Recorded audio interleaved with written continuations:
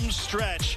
Vegas looking to build towards next season with a key win, trying to upset this Houston team, which is on its way seemingly to a South Division title. They will appear in the postseason, but they have a chance to wrap up home field advantage with the win today.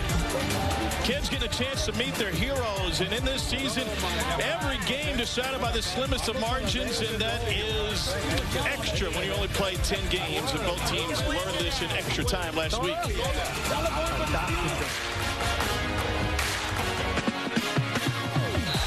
down, Bryant makes the catch. Pass interference, number 4, offense. And Houston wins it in overtime, and Wade Phillips' squad has clinched a playoff berth. First 2 overtime games in XFL history between these teams last week. Vegas came out on the wrong side, Houston the right side, and so the Roughnecks headed the postseason with DC combined 11-0 in their respective division games. Vegas and Orlando will be staying home for the postseason. With that, we welcome you to a hot and steamy Houston, Texas. Tom Hart alongside Greg McElroy. We've got Katie George and Cole Kubelik down on the field.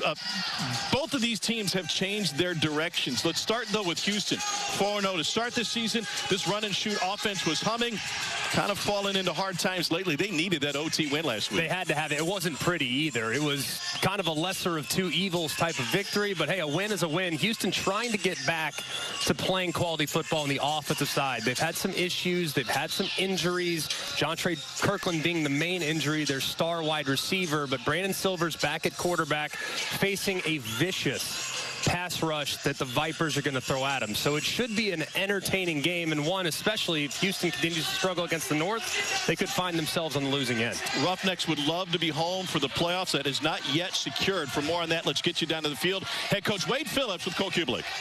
Coach Phillips, home playoff game on the line. How do you emphasize that to your players, yet still allow them to stay even-keeled and be focused? Well, you got to emphasize it, and they know it. You know, they already know it. So we ask them to go out and play as hard as they can play, and think good things will happen for us. You're used to coaching elite pass rushers majority of your career. Peter Tuamaeo is going to be on the other side of the football. How do you help advise a plan to be able to slow him down today? Well, we're going to chip him with a tight end in the back. You know, I mean, he's a really good player. Both those outside guys are good players. But we lead the league in sacks by a long ways. Thank you, Coach. Yeah, thanks. Katie? Thanks, Cole. Coach Woodson, you believe your team is better than your record reflects. Why is that? Well, you know, everything that I've seen in football for a long time, obviously talent doesn't mean everything. We lost the games, but we know we're better. We're going to finish the way we know we should be playing. You gave the keys to Jalen McClendon 2 weeks ago, and he's really made the most of that opportunity. What's impressed you about the way he's played since becoming your starting quarterback? And the dude has a cannon arm. He can run. So humble. He's a salt of the earth. You'd love to see good things happen to people like that. Thank you for the time. Good luck. Thank you. Taking on a Houston team that has not won a game against a North Division foe yet this season. Let's get you some XFL pregame access. Hey, Wade, let's secure home field advantage today. What do you There say? you go. That's what we're doing. You know where the play clocks are? Because I haven't seen it. Yeah, right here. They on the lower end. Oh, thanks for doing my job. Yeah. No, you good. You good. Passion, effort, energy. 4 quarters. Let's go out there with dog snot on them. Show them who the Vipers are. Everybody will be watching XFL, live TV. Let them see who we are. This is all I got to say. Let's go out there, have fun, play fast. Let's win the South today. These guys, man, take their will from the get. Let's start fast. Let's finish strong. Let's go win the South. Roughnecks have dominated in the South Division this season, looking to keep that going 5-0. Scoring 28 points a game, plus 71 is the point differential. Here, the XFL rules on kickoffs. The ball teed up at the 30-yard line. Coverage team lined up at the opposite 35. The receiving team just 5 yards away. Nobody can move until the ball is touched by the returner. And this is Sinque Sweeting. He got a full head of steam. The first man misses, and Sweeting taken down at the 29-yard line. You heard Rob Woodson talk about some of the changes they've been through. The biggest change is inserting Jalen McClendon at quarterback. Took over week 7. Lost a couple starting jobs at NC State and Baylor, but stuck with it. Undrafted free agent, spent time with both the Ravens and Commanders and was a backup to Josh Johnson for the LA team in the XFL in 2020. He is ready to go. He's completed 63% of his passes. And he was their leading rusher last week in the overtime loss against St. Louis, a Vegas team that pounded out 208 yards on the ground, and it looks like they want to lean that way early. That's where their bread and butter is going to go. They're going to run the football, try to control the line of scrimmage, and you referenced McClendon. This is who this league is for. A guy with a ton of ability, but just not that many reps. He needs real live game reps in order to be able to showcase his abilities because he's got a ton of talent. Now it's just getting the experience that comes along with playing the position. 3 seasons at NC State, 1 year at Baylor, 23 college games and only 1 start. He finds Sweeting, product out of Slippery Rock, who picks up a first down for Vegas. I like the plan already. A little run game to get the offensive line started. You get Sweeting started with a quick, easy completion to let McClendon feel more comfortable with the offensive plan. Long-time NFL assistant Ray Sherman is the offensive coordinator. Here we go. OC for the Jets in 94 with Boomer Esiason at his quarterback. Steelers at 98, a couple more stops. Play action, and they get it to Brandon Dillon. And this Vegas offense is moving right along. They started the season 0-4. Luis Perez was their starting quarterback. And just before the trade deadline, they moved him to Arlington. They handed the keys eventually to McClendon after Brett Hundley was the starter for a couple of weeks. Hey, stop strong. Hey, 29 Shane, fake alert, fake alert. And they've played 500 ball over the last 4 weeks. Here we go.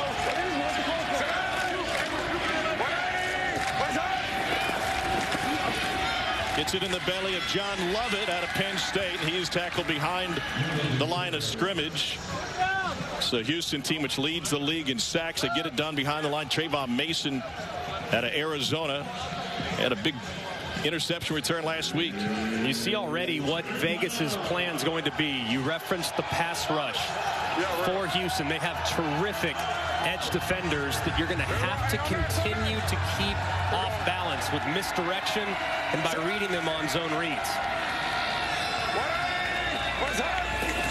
Vegas won the time of possession last week against St. Louis, but lost the game, and that one just a hair behind Martavis Bryant. We can get one. We can get one. We can get one. Jalen McClendon pleading to leave the offense on the field with less than a yard to go. Yeah, begging for it. Just a little bit off the mark here on the shallow cross. They have a man concept defensively. You have Martavis Bryant running full speed. You got to get it out in front. And he's off to the races. Just an inaccurate throw that leads to the third down stop.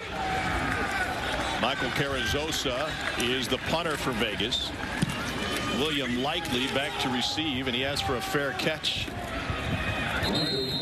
And takes it at the 12. Here is Brandon Silvers, 6'2", 215 pounds, perfect fit for this offense. He set the NCAA freshman completion record while at Troy, led him to a couple of bowl games. He's been all over since. The AAF, 4 starts in the previous version of the XFL, the Spring League, and back in the X. Back-to-back bowl wins while at Troy, and this is a air raid run and shoot hybrid. Is that fair? That's exactly what it is. Run and shoot hybrid, quick passing attack, get the running backs involved in the passing game as well, and make quick decisions at the quarterback spot. And he gets rid of it quickly, but that play is blown up. Travell Harris had nowhere to go. Maurice Smith, who's finally healthy, has been playing NFL caliber football the last few weeks for Vegas. And a great job seeing the quick flat. He beats his man to the outside. Not capture that outside shoulder. He makes a tackle for loss. The former Georgia Bulldog played at Alabama as well. He's an excellent player there in the slot as the nickel defender. Leaves second and 13. Silvers has all day and able to find his tight end Garrett Owens, who's a great story. He finished his college career at Duquesne after starting at Division II Mercyhurst. If you talk to offensive coordinator A.J. Smith, said that this has to be Trey left, As you hear the play call there, a little handoff inside where the Y, Garrett Owens, number 21, at the bottom of the line of scrimmage. He'll get up to the second level. But if you look at what he's going to have to do today, he's going to have to be very involved with those edge rushers. Good block for Max Borghi. He's able to pick up the first down. G-Mac, that trips with the nub tight end, 21, new player you mentioned, Garrett Owens, lined up as the tight end. That's the first time they've run that set all season. AJ was telling me about it before the game, just to do what you mentioned, try to help with protection. And if you look at the pass rushers for Vegas, Vic Beasley's the name that everybody knows, a guy that obviously made a lot of plays in the NFL, but don't sleep on Max Roberts, number 23 at the bottom, and then arguably the best defensive player in the league, Pita Taumoepenu at the top of the screen, number 0. He's phenomenal. 6th-round pick of the 49ers out of Utah, and a drop by Deontay Burnett. He's one of the best receivers in the league. All right, give me this. Let's go. Regular. Ace left.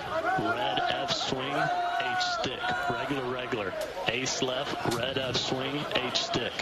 He's got to do it. Here we go. Red F swing. Ready? This is one of their base plays that they run an awful lot. The running back will be on a free release swing out of the backfield, and the H right there in the slot, he'll be trying to create a pick for him. It's the opposite way, and has another complete. Smith.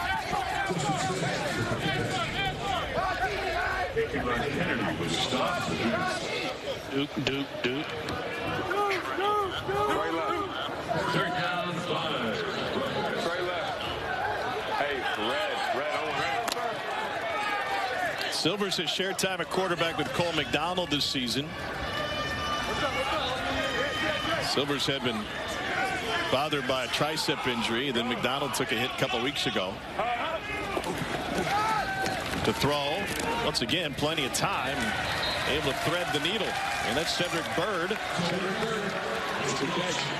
They've converted 2 for 2 on 3rd downs so far in this drive. That's a nice start for the offensive line, too. Just a 3-man pass rush, dropping 8 out in coverage, zone coverage. See all the eyes of the defender back on Silvers. And they're able to find Byrd on that little hitch right over the middle for a 3rd down conversion. Let's go. Go. Silvers 4 of 5 to start the game. That's easy. He's able to find Borghi, who took a lick. Ran right into DJ Calhoun. A really nice hit here by Calhoun. A little halfback option. Throws it over the middle, but see those zone coverage. That's been what Vegas is doing so far. Dropping out, giving up some of the underneath, and Silvers, if they continue to employ that defensive set, is going to have to be very patient on some of the underneath throws. Pass heavy on this drive, and here's their second run, and Borghi's stuck. Let's get you down to Katie George.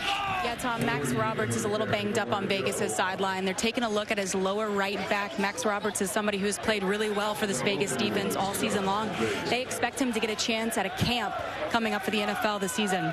And that's potentially a big loss, because so much of Houston's offensive game plan is to limit what Pita Taumoepenu does on the other side. So to have that presence on the other side opposite Pita would be very, very valuable. But if Roberts can't go, that's potentially a big loss for Vegas. 4 sacks for Roberts this season. Fantastic hands on the perimeter catch by Deontay Burnett, making up for his earlier drop. That's good for a 1st down for Houston.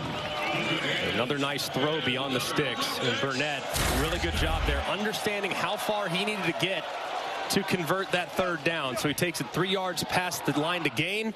The ball is thrown back towards the line of scrimmage, so you lose a couple yards, but still enough to extend the drive. 3 for 3 on 3rd down. This is the 10th play, the opening drive for Brandon Silvers in Houston. Vegas made it to midfield in their opening possession. Punted away on 4th and 1. Unbelievable juggle by Justin Smith. And he had just enough real estate to haul it in. What a catch by Justin Smith. Working the over route. Great movement in the pocket. Felt the backside presence. Steps away from it. Steps up. Throws a strike that's just a touch high But Smith goes up, reels it in with one hand. That's so difficult to make that catch when it has that much velocity on it. Great control and concentration on the sideline. 21-yard pickup, longest gain of the day for Houston. Silvers high again. Burnett couldn't haul it in. Anything mechanically from Brandon Silvers causing a couple of high passes? Right there, a little bit of pressure on the left-hand side. Couldn't really finish his throw, so the ball sails just a hair.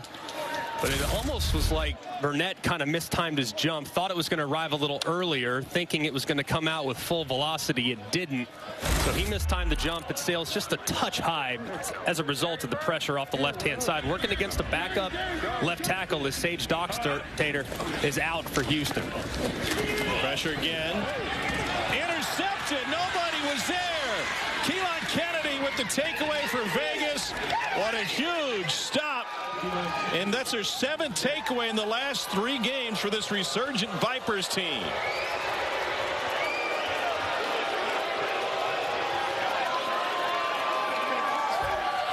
First pick of the year for the Jayhawk Community College Defensive Player of the Year in 21.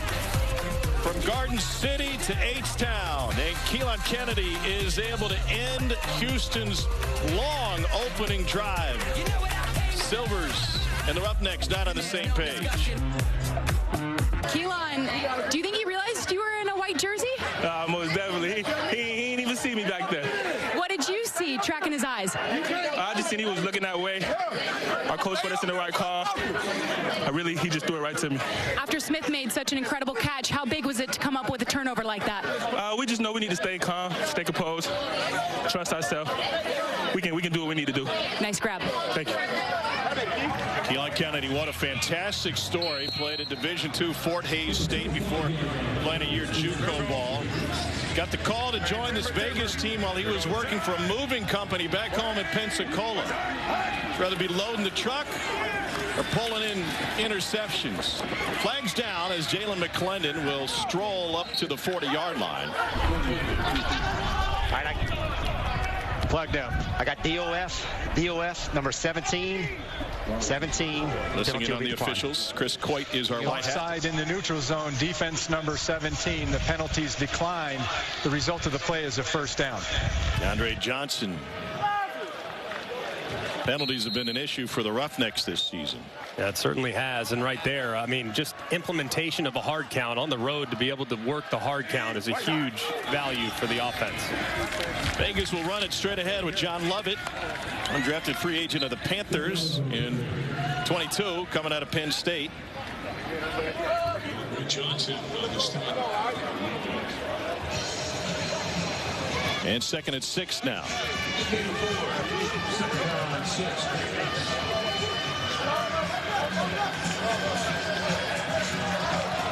A little surprised going back to their opening drive that Vegas didn't go for it on 4th and 1 from midfield.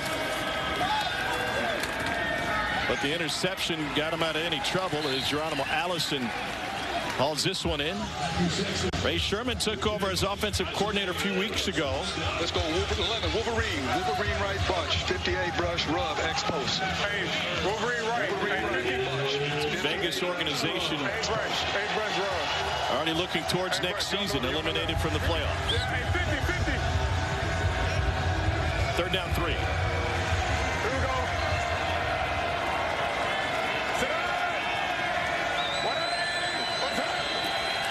Pressure up the middle. McClendon dumps it out with Lovett.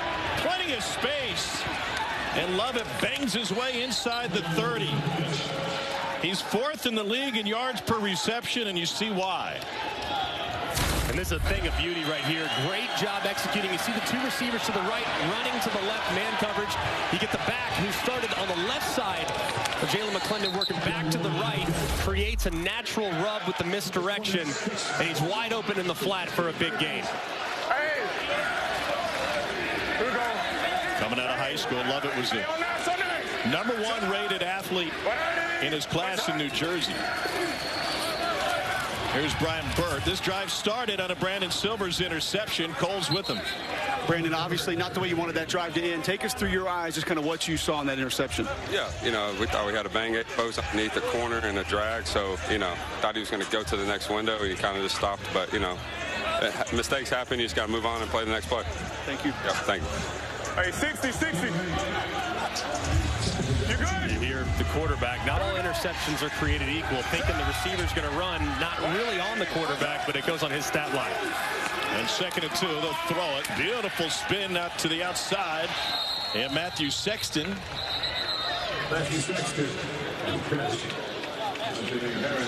And an injured player for Vegas.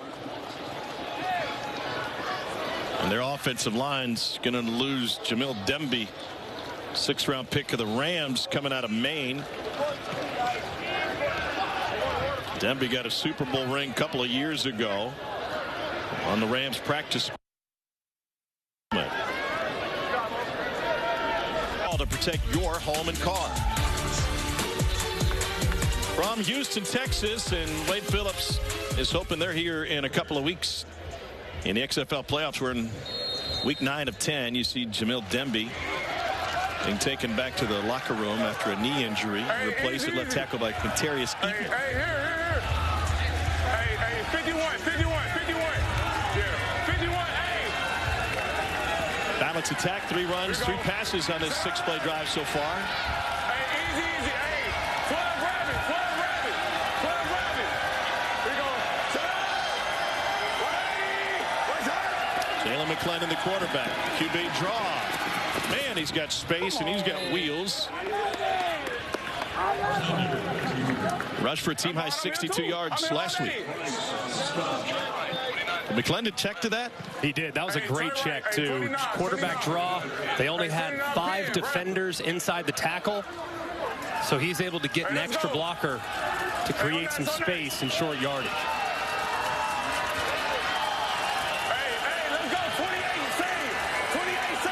Should be a handoff to the right-hand side. You're saying that means the back's on the same side as where you're handing it off. It's John Lovett.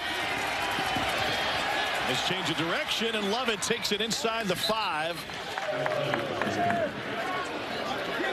And that'll set up 1st and goal. An excellent job there, putting his right foot in the ground right there. Allowing the defender to fly by. That's Beckett getting up inside. Create 3rd and short. 4-down territory, you have to imagine, for Vegas here. 29 pin read, watch me. Yeah. Sean Price, the tight end. Hey, you staying there. Here we go. Travis Kuntz, the tight end on the left side. There it is, RPO, and he finds Price. Just pulled it right back from the running back. He said, you watch me, and they had that one drawn up pre-snap.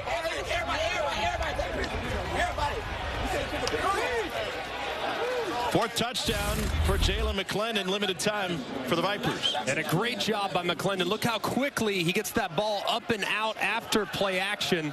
You're going to see flow from the linebackers working to the left with the running back, which allows the tight end to just sneak right upfield for an easy touchdown. Excellent execution that entire drive from Vegas. No kicking point afters in the XFL. You can choose the value. They're going to try to go for 2. Allen and Jeff Badet is wide receiver. Into the end zone, and it is taken away by Houston. A.J. Hendy snuffs out the point after. But Vegas able to score first thanks to a 75-yard drive after the interception. You can hear a little bit on the microphone between Jalen McClendon and his conversation with Sean Price, the tight end, saying flatter, flatter, flatter, meaning when you run that route, the initial angle, when you draw it on a piece of paper, you're running to the back pylon. But when you have man coverage and defenders trying to underplay it, you have to bring it flatter towards the line of scrimmage so you can throw him away from that coverage. So he goes right to the guy that he was aiming for in the 2-point conversion attempt and gets it addressed. Wonder what Jalen McClendon saw pre-snap when he hollered at Sean Price. He's with Katie. Thanks, Tom. Jalen let's start with the conversion. You and Jeff were having a conversation coming off. What are you guys talking about? Oh, nah, we just know, from looking on film, we just know the looks they're giving us. I just got to choose my matchups. Price was a good matchup. We just know that, like, the leverage and what they're doing, that we got better matchups in other places. So just talking about that. Still an extremely efficient drive to score. What did you like most about that drive as a team? I think the defense did a great job. So that drive is all dedicated to them, or all thanks to them. They got us the ball, and we did our job and just went down the field. So thank you. Yep. Max Borghi on return. Good job, Katie, up to the 20-yard line. Obviously, Jalen McClellan is seeing a lot that he likes. The checks that he had at the line of scrimmage on that drive, and then even the last-second shout to Sean Price before the play-action touchdown pass. And Vegas on paper, I mean, the strength of their offense is at wide receiver. They have terrific weapons with Martavis Bryant, a guy that played a lot of football in the NFL. Jeff Badette, who's back healthy this week after missing last week and part of the week before. And then Geronimo Allison, a guy that obviously logged a bunch of time up at the highest level as well. So they have excellent wide receivers. So he referenced it. If they're going to play a lot of man coverage, I got to find the best matchup. And more often than not, those veteran wide receivers will be able to win. Houston's first drive lasted 12 plays, but ended in an interception as Bryson Aline carries it on first down. Week 9 of the XFL continues tonight. The Guardians take on the Brahmas at 7 o'clock Eastern on ESPN2. Tomorrow at noon, Defenders host the Renegades as DC looks to wrap up home field advantage for the postseason, followed by the Sea Dragons and Battlehawks at 3. You think that San Antonio-Orlando game could be sneaky good tonight? I like that. I know that both teams aren't really playing for a whole lot, but both teams have shown moments all season long, especially Orlando, who at one point was the worst team in the league, but have found something since Quentin Dormity's taken over at quarterback. Vegas came into this one 6.5-point underdogs. They have a 6-0 lead through one quarter. Ron Woodson's team looking to finish the season strong, and they've played well lately. It's Houston and Vegas, and we return for the second quarter from Houston right after this.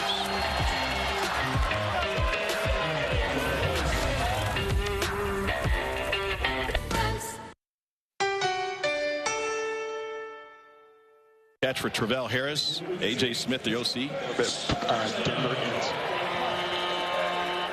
Denver insert. Regular. Strong left tight. H-orbit Denver insert. They're going to run it, aren't they? That's right. Denver. So that's stretch zone. Because, of course, the Denver Broncos under Mike Shanahan forever, and Terrell Davis, John Elway, you name it. Great at running the stretch zone. Bryson Aline, tackled by Jasheem Martin. Duke, Trey right stand, F move right. Juke Trey right stand. Trey right Trey stand. right stand. F move right. F move Blue right. Juke, Y prop. Blue Juke, Y prop on, right? Blue.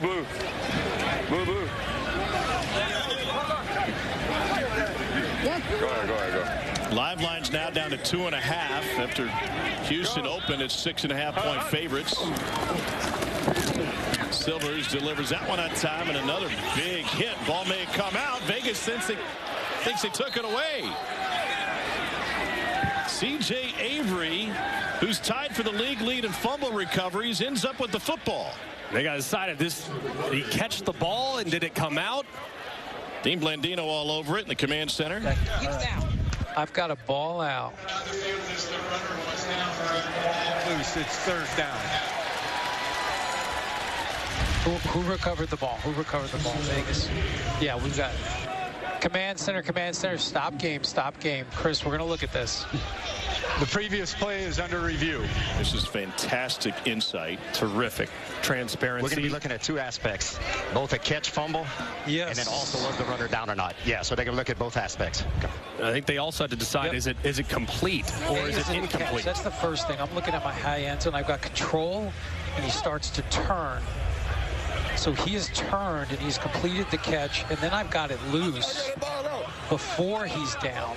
And they have immediate recovery. Ball right there, and then we've got a recovery by Vegas. So just get me that spot. Well, hey, Chris, after review, it is a catch and a fumble recovered by Vegas. And we're going to put it on the Houston 41-yard line. Right hash. And that is just terrific. You hear how quickly it happens by the for Dean Blandino. Correct. And the boxes that need to be checked to come to that result. The ball was caught and fumbled prior to the runner being down. It was recovered by Las Vegas. It's first down. This is a great lesson for leagues, for conferences, and the college game to see how all this works, because on the field, they're getting ready to call that an incompletion. Right. And they were going to get back to the line and play on until Dean stopped play and said, hold on a second, let's take a moment to look at this. And how quickly. And first thing you have to determine, is it a catch? He said, all right, he clearly has control, makes a football move by turning.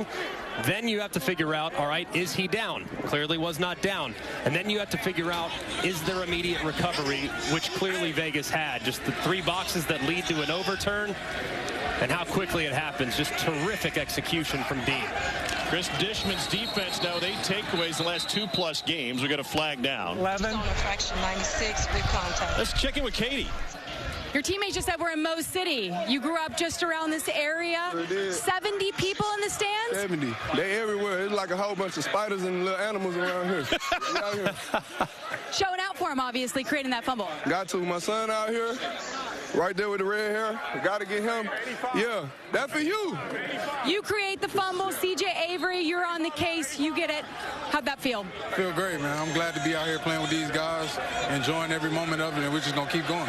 Chris Dishman told us earlier this week that you are the most improved person on his defense. How does that make you feel? Feels great. It's just a credit to the work that I put in every day, and just like I said, I want to continue to keep it going. Nice work, C.J. Thank you. Well, Vegas jump on that one after it came out of the hands of Jeff Badette.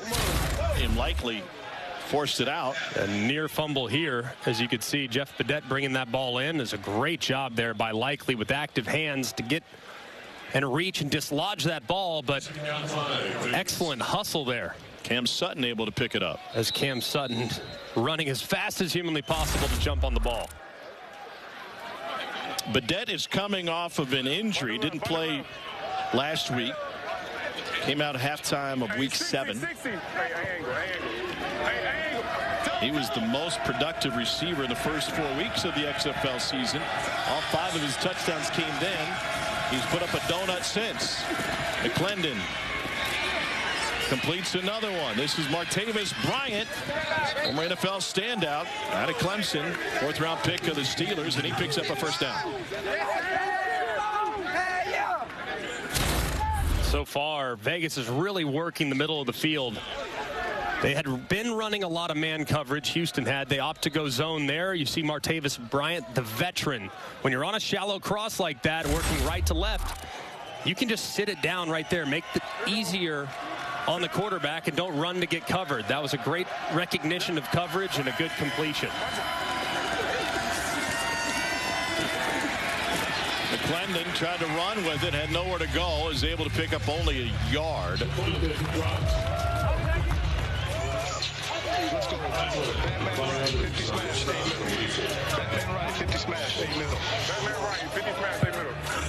Ray Sherman was the offensive coordinator of the Vikings in '99. They had Randall Cunningham, Chris Carter, Randy Moss.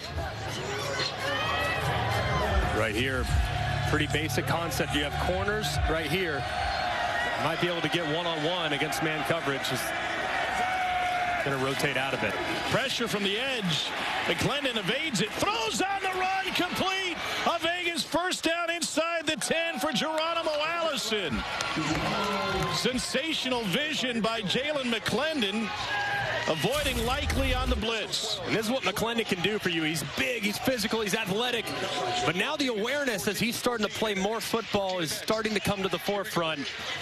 3-4 weeks ago, he's probably holding on to that football and running with it. Instead, he keeps his eyes downfield, delivers a strike, and sets up 1st and goal inside the 10. Live line has shrunk to Vegas -1.5 now. It is flipped. Timeout taken by the Vipers inside the 10.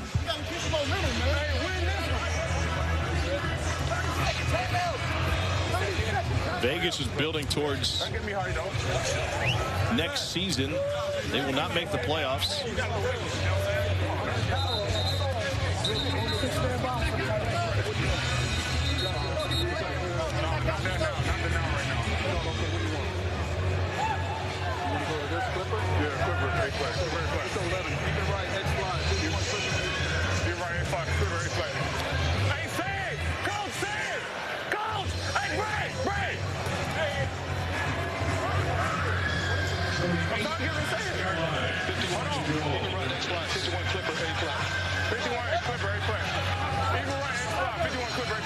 Ray Sherman's headset goes to the position players, the skill guys, and the quarterback. So McClellan doesn't need to repeat the play.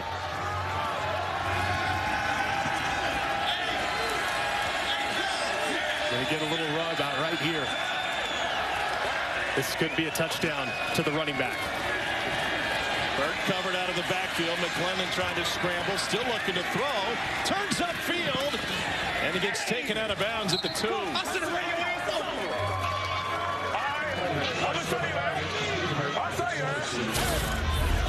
Talking with Tavante Beckett.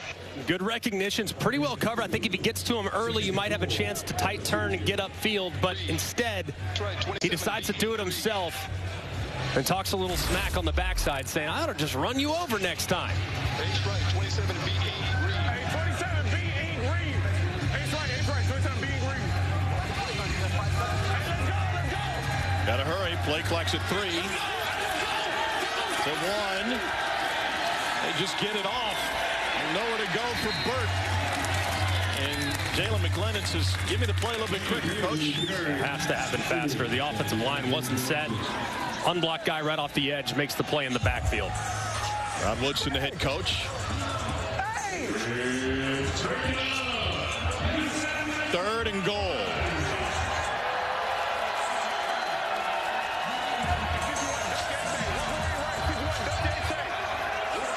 Better hustle again. They're trying to get a substitution. There's no way that 35-second clock is running that fast. There's no way. Dude, it just snapped. That ball's running. That kid has to be a 35-second clock. Can't go to 25. Our clock is running way too fast, man. Come on, man. Okay. Come on, guys. That clock was good. No, no, it's not. It's not. I'm telling you, as soon as that guy is down, they're starting the clock. I know, but they don't do that when they're on the clock. Let's bring in Dean Blandino. You hear Rod Woodson's complaints. What about the execution of the play clock, Dean? Normal execution, right? The play ends, the official signal, the play clock is reset to 35, and it begins immediately following the play. And we just double-checked it. There was no miss. The play clock didn't go to a different number. It was right at 35. They sent in a sub late, and I think that was the issue. That's why they had to call a timeout. Yeah, I watched it. I'm with you, Dean. Like, I watched it the whole time. It was at 32 when they got back ready to receive the play. So I'm all for Coach Woodson going out there and trying to get a little extra time, slow him down a hair, but that one felt like it was self-inflicted. Out of the timeout, 3rd and goal. Big down here for Houston. Glendon, a great runner. Much likely off the edge up top. Got rid of it quick, and he's in for the touchdown. Sinkus Sweeting with his 4th touchdown catch of the season. And now Vegas will decide on the extra point value. And as the motion went across, you brought also a defender to the other side as well, which indicates man coverage, means you got to get the ball out immediately.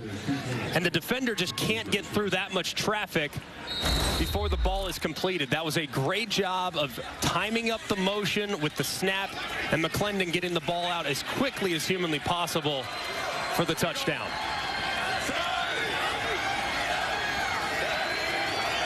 Their last 2-pointer was intercepted. They're going back same play, and they got a flag. It is bobbled and out of bounds, incomplete. This time going to Sutton.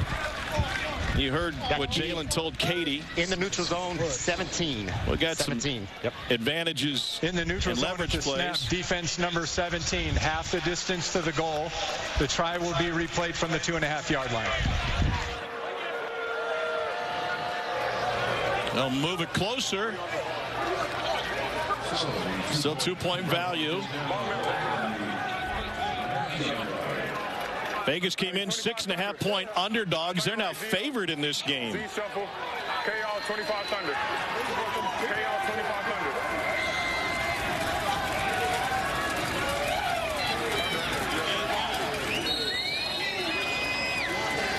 Gotta think this is going to just be a handoff to the left-hand side. Travis Kuntz, the lead blocker. And John Lovett gets stood up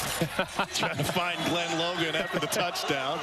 Glenn Logan did say, hey, run it my way. Yeah, don't run it my way. 1st and 10 for Vegas. McClendon on the run. Throws behind to Jeff Badette. Glenn Logan won a national championship with LSU. He's played in plenty of big games. Cole standing up right next to him. We're just going to let quarterbacks talk trash to us? Oh, hell no. Ain't no quarterback talking trash to me over here. I'm going to bark back.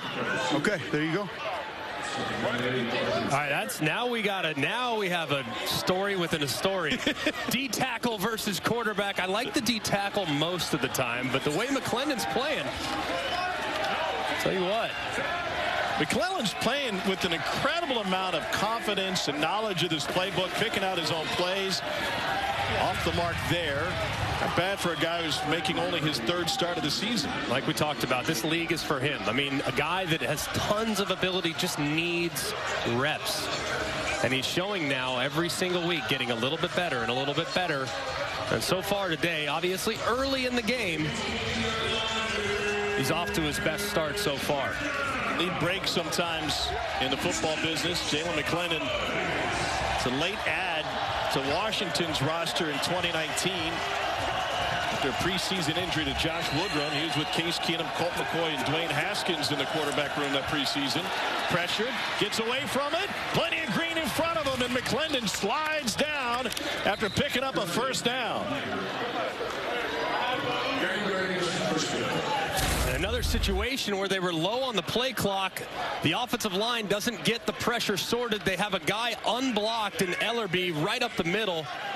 But McClendon's athleticism is able to get around him and turn a negative play into a positive. Why have they been so late in the play clock? They're just not getting out of the huddle fast enough. This time they did. They had plenty of time here.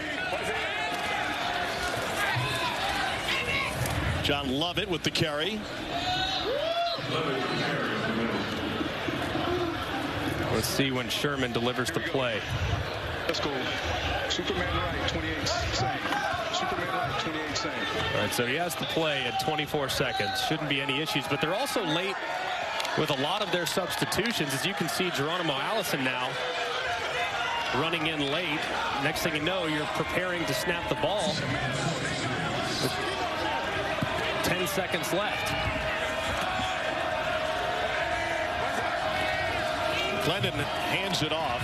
He's not 100% after that last run 3 plays ago. This is the hit he took, kind of going down for a slide and caught it between sliding late and taking a hit. You can see nothing crazy violent, but maybe as the defender's going over the top, kind of lands on that right leg. So something to kind of watch here as this drive progresses. Play clock is already at 10, 3rd and 3. See, now they're going to be late again. The receiver's got to get lined up too. Hustle. Lack of a sense of urgency. 4-5 on 3rd down. They get it off right before 0 hit. And he's hit as the ball was coming out. That is ruled a fumble on the field and returned for a Houston touchdown by Devontae Beckett. If it stands, it's the 3rd turnover this game that has led to points. That one directly, and it came thanks to DeAndre Johnson working his way into the backfield.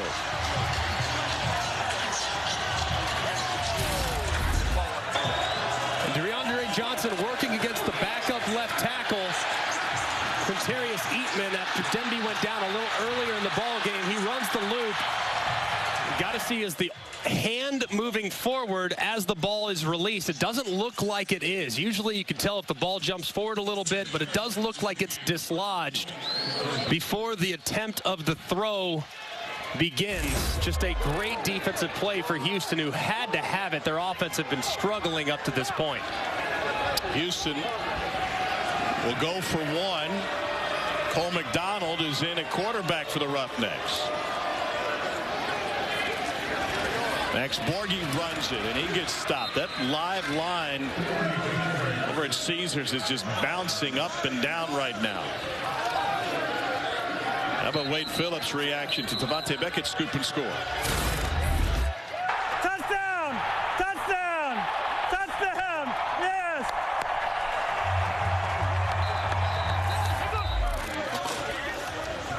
Man, they needed that. I mean, just a couple weeks ago, similar situation. Offense for Houston really struggling these last few weeks.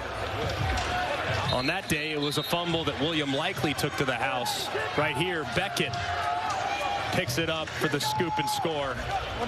And Houston's defense continues to keep them in ball games as the offense is trying to find its footing.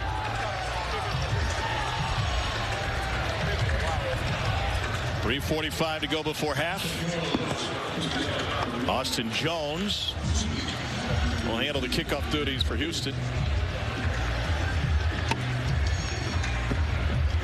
Every point in this game has come off of turnovers.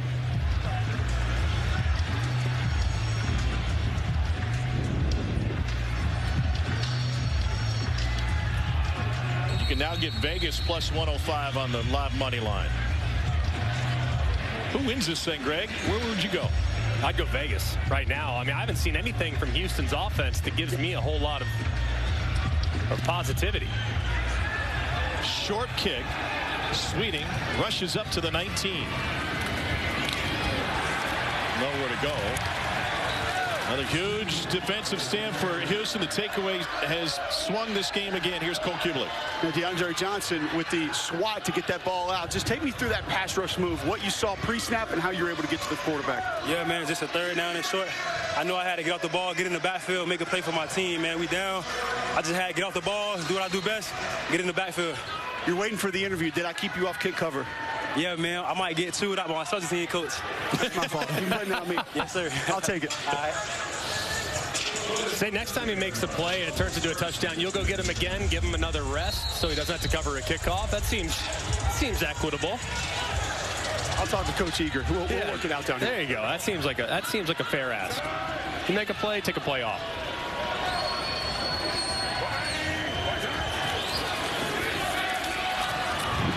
Rod Smith with the carry. And that's one aspect of this Vegas offense that hasn't really gotten going yet. McClendon's made some plays running the football off schedule. And now Smith will take himself out of the game. They haven't really gotten the traditional handoff run game going just yet. As you can see, it's like as he's going to the ground, kind of grabs that right leg and limps off. Hopefully Smith will be okay. 55 games in the NFL after his Ohio State career. This is John Lovett. And Lovett is able to turn upfield. That's going to leave 3rd and 1.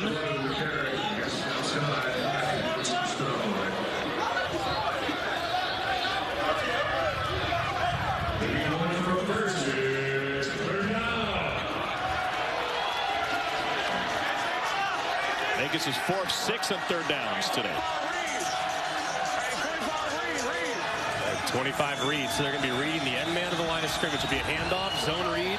So they'll be reading this guy. If he comes upfield, you hand it off. If he dives down, then you pull it as a quarterback. Handed it off, and huge stop by C.J. Brewer.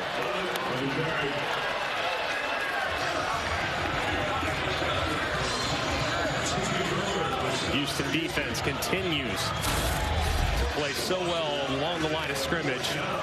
You can see the end man on the line of scrimmage, the read key, Ellerby. He stays wide, accounts for the quarterback, and allows his teammates play side to make a play on the ball carrier. Well executed, well defended there on the zone read. 2-minute warning. Vegas came in as 6.5-point underdogs. They lead by 6 as we approach halftime here in Houston. A team eliminated from the playoffs. A team trying to wrap up home field advantage. And so far, the Vipers have outplayed the Roughnecks. Back to Houston in a moment.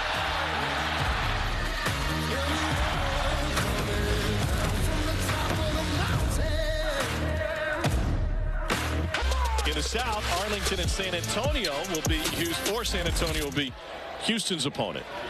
There's an update. Obviously, Seattle and St. Louis teeing it up tomorrow for the right to see who's going to be that team that faces off against D.C. Vel Harris takes his punt at the 10. Cuts upfield. Stays on his feet to the 30. Fantastic return by Harris. Houston looking for some momentum from defense and special teams. You mentioned that St. Louis-Seattle game tomorrow at 3. Week 9 of the league continues tonight.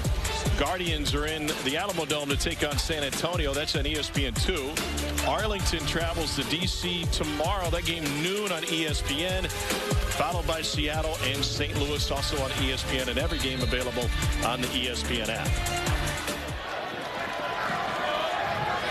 What's going on at quarterback for St. Louis? Going to be interesting.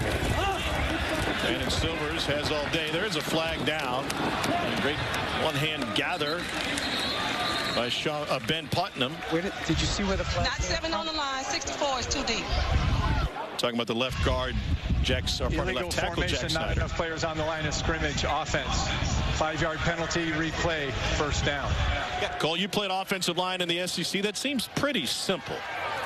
A lot of times it is, but when you're trying to switch it up and you've got elite pass rushers like you do in this game, you're just trying to alter things, change things a little bit. It can get confusing. So it's one of the things we've seen is inconsistency along the offensive lines in this league. It's gotten a little bit better, but still shows up time to time. Got to be versatile. Snyder came in as a left guard. Sage Doxtator's out, so he's bumped out to tackle. Go. Silvers, huge hit on Garrett Owens, and it's not the first time Silvers has delivered to a guy who's been a sitting duck. And if you see Owens, he's trying to help out that right tackle working against Peter Tomapenu. And then he's kind of got that bang middle of the field. They were all over it. Silvers letting it go down the sideline, and it's knocked away at the last second, taken out of Burnett's hands by Jamar Summers. Fantastic recovery by Summers. Man, it looked like it was going to be an unbelievable catch for Burnett. He had it for a moment, but Summers stayed with it all the way through and dislodges it as they're going to the ground. An interesting situation here. Vegas with only one timeout. Of course, they get the ball back. They could run their own 2-minute operation, but it'll be interesting to see if low check swing, wide shallow. It sounds like they're going to go with something pretty high percentage here to try to keep that clock rolling. 3-man rush and a hair behind Garrett Owens. That near catch by Burnett a moment ago would have been his first of the game. He already has a drop, and he came in as one of the league's best receivers. 4th in the league in targets. Meanwhile, it's a second straight 3-and-out for Houston. The offense continues to struggle. This time, ball thrown a little behind Owens. Can't reel it in. So far, whether it's the protection or the inability to reel in some difficult catches, just not a lot going so far for the Roughnecks. Second punt for Race Porter, former all-conference punter in the Pac-12 for Washington. Matthew Sexton to receive. Pushed back to the 18. And Sexton thrown down before he could get to the 30, and they're going to get a horse collar on that from Drew Lewis.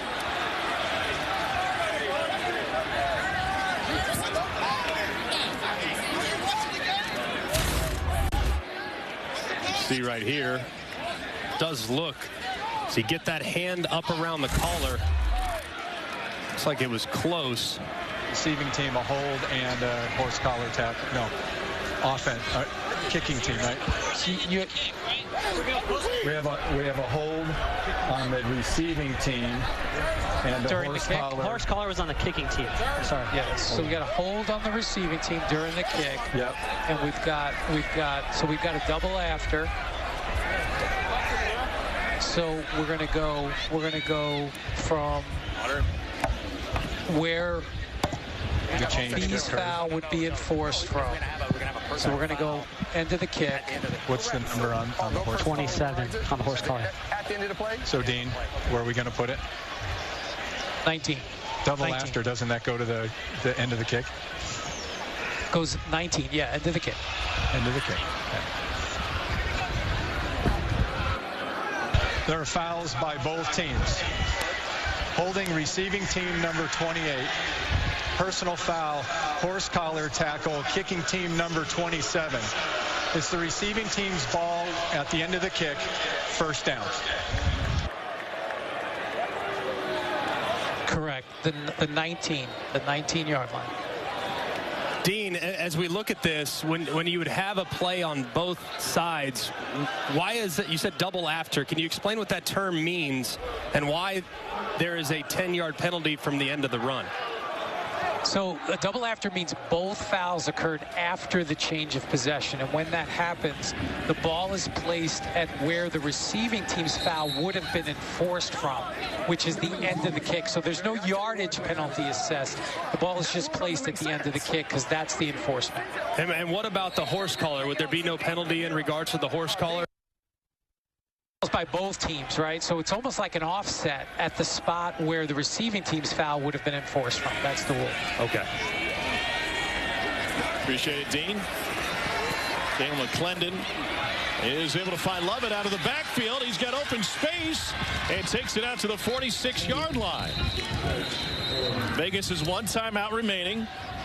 44 seconds left in the half. Of course, under 2 minutes, the ball will stop to set the change, similar to the college timing rule.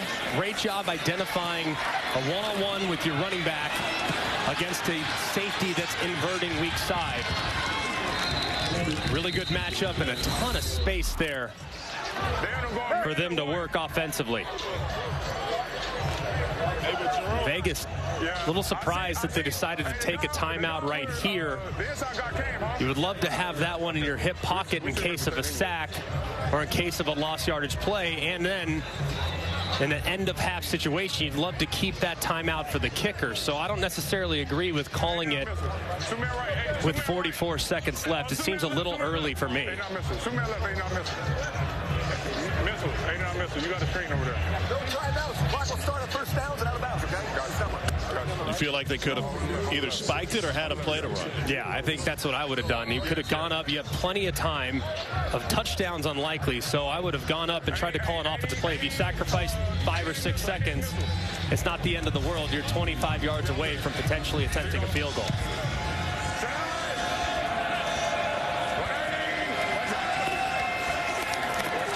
Setting up the screen. Geronimo Allison takes it past midfield, and there's a flag down. Jalen McClendon just took a huge hit there at the end of the play. Hold the box. Go back box. Go back box. Who recovered the ball? Who recovered the ball? I've got clear fumble. I've got a fumble upstairs. I've got a fumble upstairs. Okay.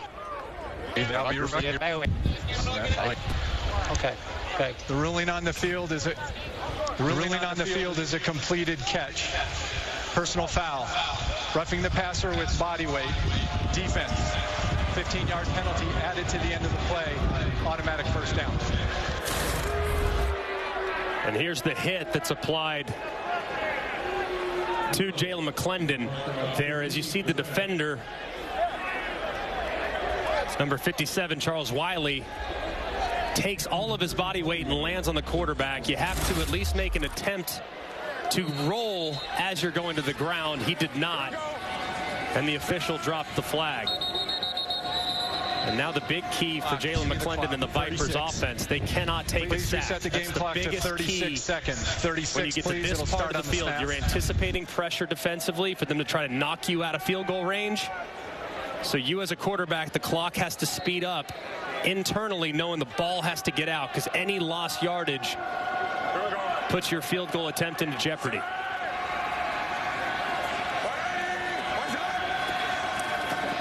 McClendon pressured, got out of it, and now he's got room to rumble.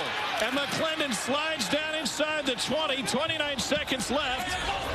You got tons of time. Don't clock it. Get the offense lined up and call a play. You got a defensive player that's hurt as well. Yeah, that's going to buy him some time. It should be noted, field goal kicking has been an adventure for Vegas this season. They're on their second kicker. They're last in the league, just 7 for 15 on field goals. Another great job by McClendon, feeling that edge pressure, stepping up, and somehow finding a way to get through it. It looked like he was going to be dropped by Chauncey Rivers, who was coming off the right-hand side. He somehow finds a way to get out of it, and again, makes a great play for Vegas offensively.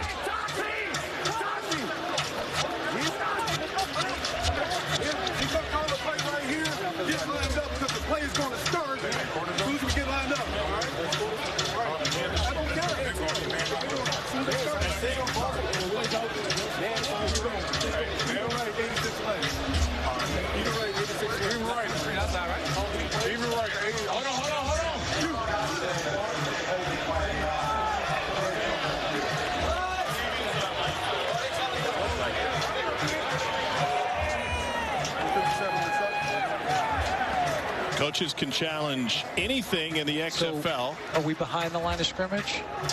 Okay, so that number. It's the second timeout or not? Yeah, we're gonna make it holding, so we're not charging them another timeout. It was a hold, and we're behind the line of scrimmage, so we're gonna enforce it from the previous spot, which was the 34-yard line. 34-yard line. Holding, and now we're going to replay first down, correct? Replay first down, correct. And the number is 71. After review, holding, offense, number 71. 10-yard penalty from the previous spot. Replay first down. And just a great job there by Wade Phillips executing that challenge rule. Of course, anything can be challenged once per game. You want to obviously save it for a potential game-changing play. Would love to have it in the fourth quarter, but that play right there was enormous. As you can see, the right guard, number 71, Isaiah Williams, as McClendon's moving towards the line of scrimmage, watch the defender try to spin back inside, and that's where they get the hold. You see the left hand, and the defender, number 57, Charles Wiley, putting his hands up to sell it as well. Terrific execution of the challenge, and look at that penalty. It's not a 10-yard penalty. It's really a 40-yard penalty and potentially a 3-point penalty for the Vegas Vipers. Wiped off the 15-yard rush by McClendon. Go back to the screen, and that ball knocked away. And this is a similar play that Houston nearly got a pick six from Trayvon Mason last week. Trent Harris got his hands on that one. 2nd and 20. Nice job getting your hands up here defensively. Feeling the screen as Trent Harris, one of the best edge rushers in the entire XFL. He identifies it, goes vertical, knows he can't get home, swats the ball down to set up 2nd and 20.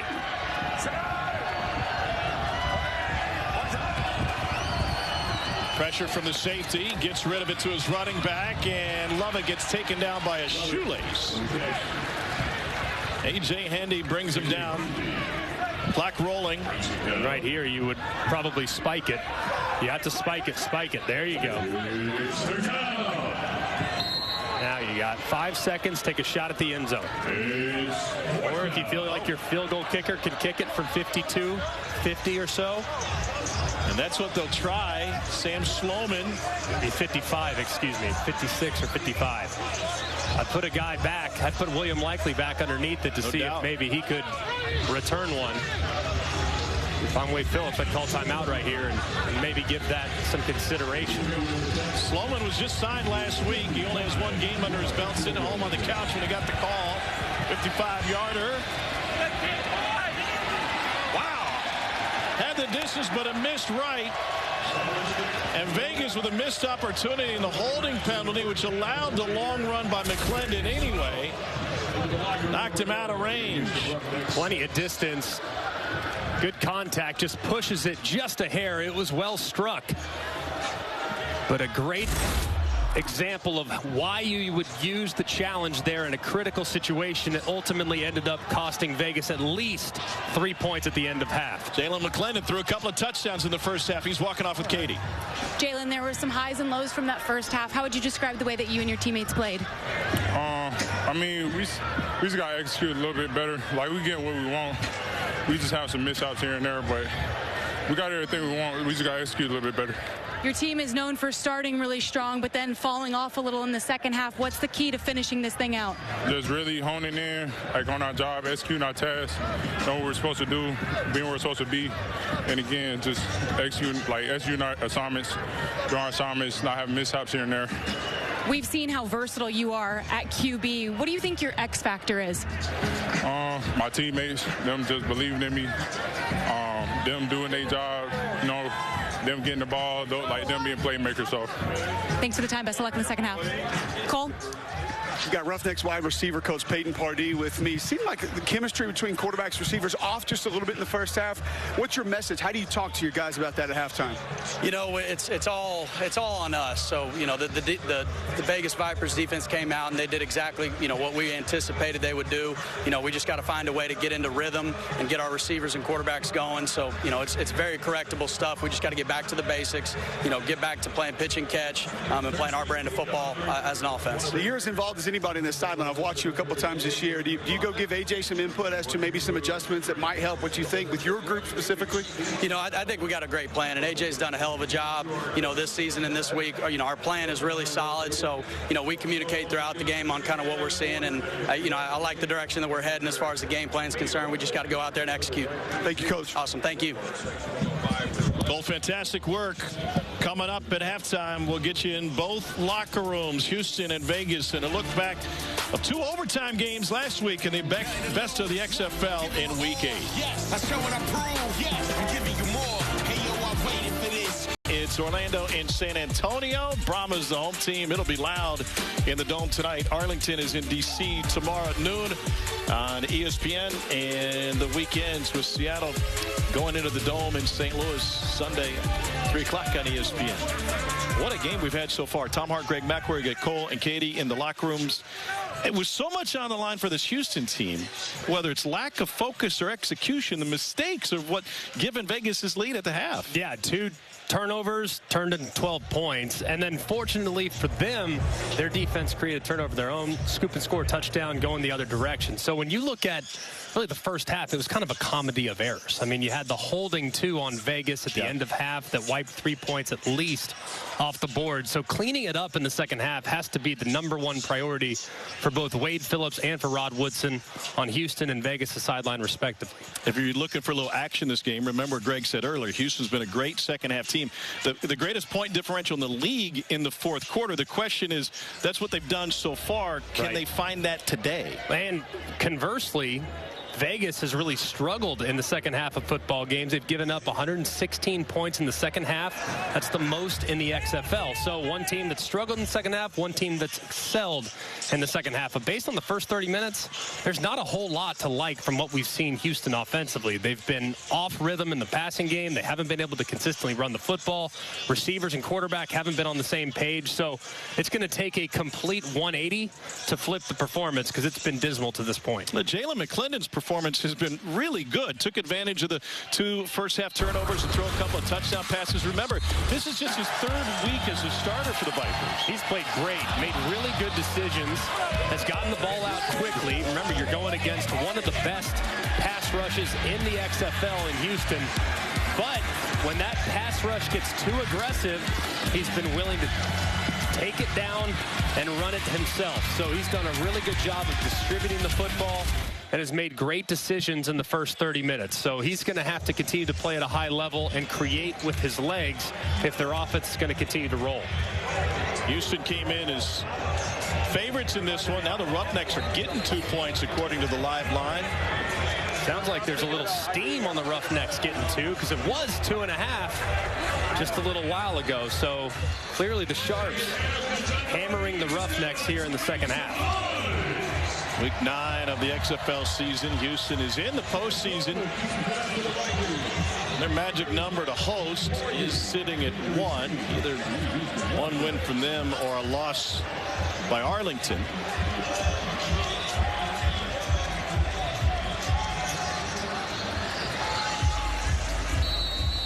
Pretty simple. It's right there for the taking for the Roughnecks, who needed overtime to win at San Antonio last week. Sam Sloman to kick it off. Max Borghi. Nobody can move until he touches it, and he gets it right at the goal line. Borghi looking for a seam.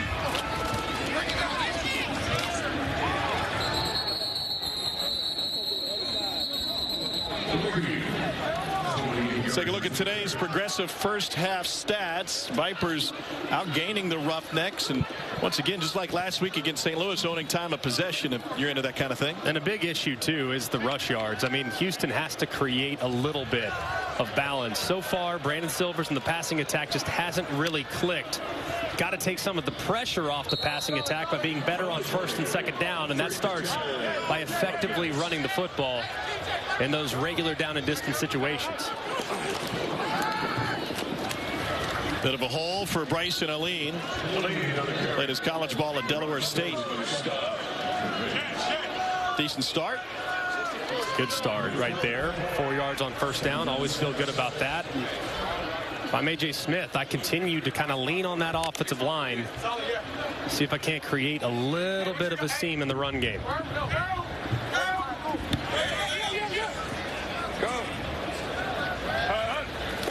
Pressure from the edge. Picked up. Silver took a shot to the face. That'll bring a 15-yard flag. There's Maurice Smith coming in on the personal blitz. Foul. Face mask. Defense number 26. 15-yard penalty from the previous spot. Automatic first down. It was pretty clear as Maurice Smith was engaged, reached out, grabbed that face mask, and the official called it immediately. Silvers actually tried to adjust his helmet as he was looking for running room. Just a mistake there from Vegas's defense.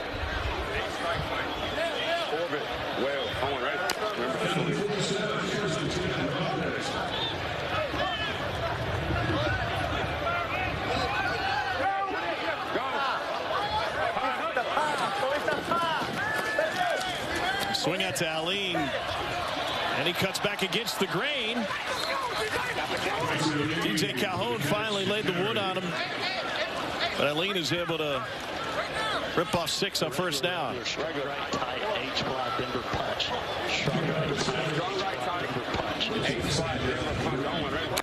I like the running game, huh? Yeah, right here, Denver, Tampa, Detroit. Anytime you hear a name of a city, it's a run play here in the run and shoot. So it's going to be a handoff inside to the right. Why not Peoria, Paducah? Those would be short yardage runs because they're smaller. That's what it is. Yeah. Different Troy quarterback than Corey Robinson.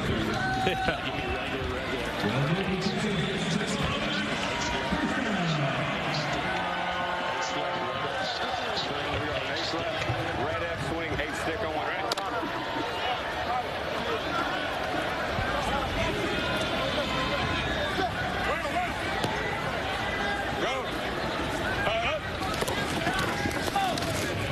Here's Borghi.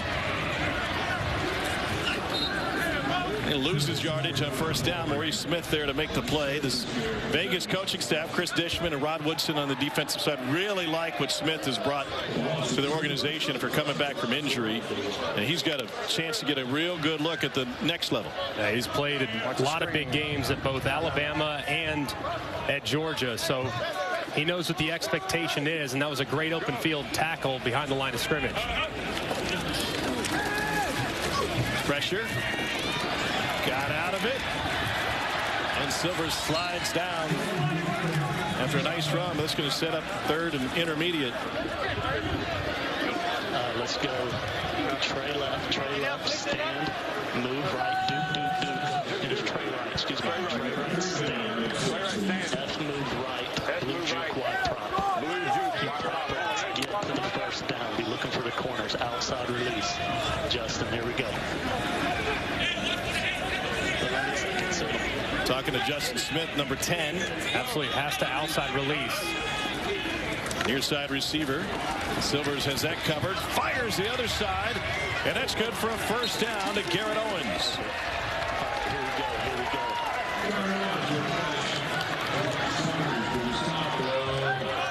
Great job there by Silvers. Scanning the field. Didn't like anything left initially. Had the juke route. Was well covered. Gets back to his right on the outlet, and it's just enough to convert on the third down.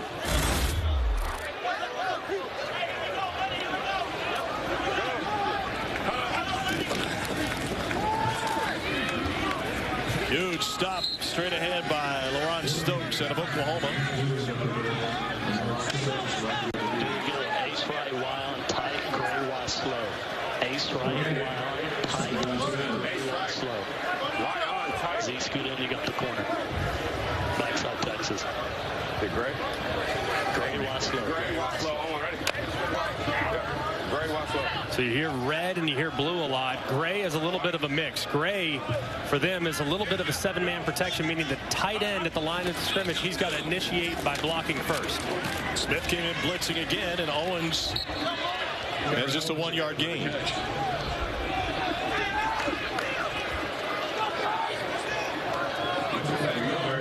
Wade Phillips' team looking at a 3rd and 9. Are expecting pressure if you're the quarterback here, as the defense wants to knock you out of field goal range. So got to get the ball out quickly if you're Brand Silvers. And you hear knife. That means you're going to get a dagger route to the outside. So you're going to try to cut the defense vertically, and then you're going to wrap it right around right there. That's why it's knife, dagger, anything that cuts. That's what you got. Brian Adams down the sideline and intercepted. Throw behind him, and Keelan Kennedy's got his 2nd takeaway of this game.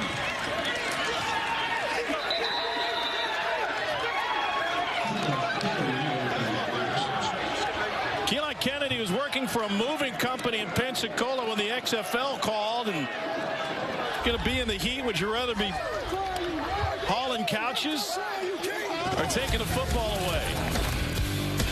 We all know the answer to this one. What did Silvers see? He saw Kennedy, number 6 in white, for the 2nd time this game. Back to Houston in a moment. The have it moment. How is this one different than the first? I wouldn't say they're really different. We feel like we need everyone, every drive, if we can get one. We just focus on playing good ball, trusting our technique, trusting our coaching, and that's what helped me make the play. Thinking about what you've accomplished just this afternoon, you were working for a moving company when you got the call to come join the XFL. What has this experience been like for you? Man, this is such a blessing. I feel so blessed to have this opportunity. I wouldn't want to be anywhere else right now. Keep it up. Thank you. Keelan Kennedy, you're not in Kansas anymore. Garden City Community College and Fort Hays State, was committed to Jackson State. Ended up getting a look thanks to a 3-week camp, the NFL Alumni Academy. And it has led to a breakout game here with 2 interceptions, and now Ellerby with the big stop. Those are the first 2 picks of the season for Kennedy. A great play on the last one as well. Just kept the eyes inside, continued to run vertical with the receiver, knowing there was no threat to the outside and short. And he makes a good play on the football, but it's really up to Houston's defense. They're really the only thing that's keeping them in this game, because the offense has been stagnant for most of the afternoon. Vipers averaging better than 5 yards a play to the perimeter, and taken away by Houston. Defense comes through, and J.D. Harris.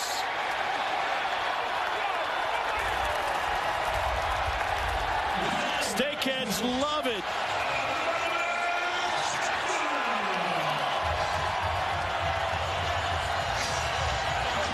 Take a bow. Harris took it away from Martavis Bryant. Got kids losing their shirt in the stands. It's a party in H-Town. How about it right here? I mean, just a great play by J.D. Harris, just continuing to fight. You see him engaged with Bryant, and he strips it with his right hand, tucks it, and finds pay dirt as the offensive coordinator. A.J. Smith, he's going to have to buy Brian Stewart dinner after the performance that this defense has given him up to this point. Both Houston scores have come on takeaways. And now the Roughnecks looking for their first lead of the game. And they got it! The conversion goes to Tavon Salter.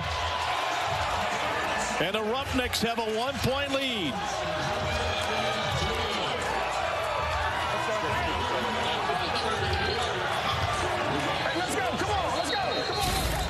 Just good execution here. Quick throw to the inside with some momentum as they're able to squeak across the line for the conversion, as Salter plays big and finds his way for the conversion as we go down to Cole. J.D., take us through that last play. When did you know you were going to be able to get that football out? Man, I had him stood up, and I seen the shot at the ball, so, man, I took advantage. Scoop and score out of the end zone. How did that feel? And did you feel like the defense had to make a play based on the offense struggling a little bit? Man, we just going out there doing our jobs, man. We out here supporting the offense. Whatever happens out there, we just going to let it happen. Control what we control and try to make plays. Thank you. Appreciate it. Before starring at USC, Ajane Harris was the LA City Division I Player of the Year for Crenshaw High School in 2013. He was a takeaway machine with the Trojans after starting his career there as a wide receiver. That was a great play right there. As you could hear him, he had him stood up. The ball was kind of out wide to the left by Bryant. He steals it from him and does a front flip into the end zone. Here's Sweeting. Took off from the 7. And taken down at the 26-yard line. Round 1 of the NFL Draft beginning April 27th in Kansas City. 8 o'clock Eastern on ESPN and ABC. All 3 days will air on both ABC and ESPN. The great thing about the XFL is the calendar. I mean, obviously, Dwayne Johnson, Danny Garcia, Redbird, they've all emphasized the importance of the opportunities the players are going to have beyond this league. So to wrap up the regular season next week, a week prior to the NFL Draft, really gives these guys a great chance to potentially latch onto a roster. So it's another step taken by the XFL that makes this league second to none.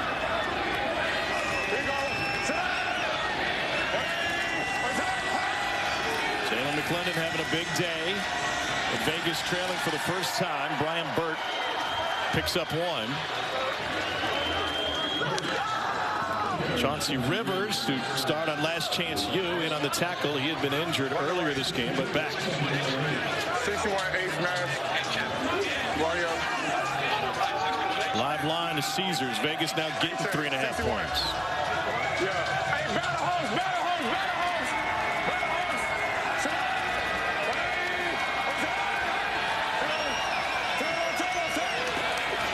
Second and 8.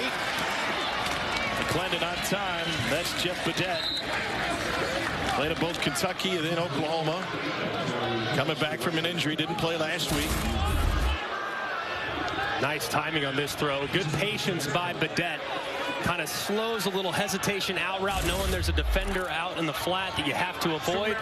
Doesn't run in to the contact. As you can see, came out of the gates on fire. And has slipped just a little bit in production the last few weeks, trying to get back involved here in the passing game. 6th in the league in yards. Tied for second in receiving touchdowns, despite missing the last week and a half. Linebacker coming. And they get to him. McClendon taken down. Houston came in with 29 sacks in the season to lead the league. And Emmanuel Ellerby, who played right up the street at Rice, is in on the sack for the Roughnecks. And you're going to see on the right-hand side that weak side linebacker, number 52, Ellerby. When he blitzes in the back, picks him up, that frees up Beckett, who can come right around the edge to time it up. That's who arrives initially. Then Ellerby recovers to bring down McClendon. That was a good job of overloading the protection and dropping the dynamic quarterback as he was trying to find some space. 2nd and 13. Pressure again, and they live it in the backfield now. Brian Burt swallowed up by a host of Roughnecks, including Tavante Beckett and William Likely.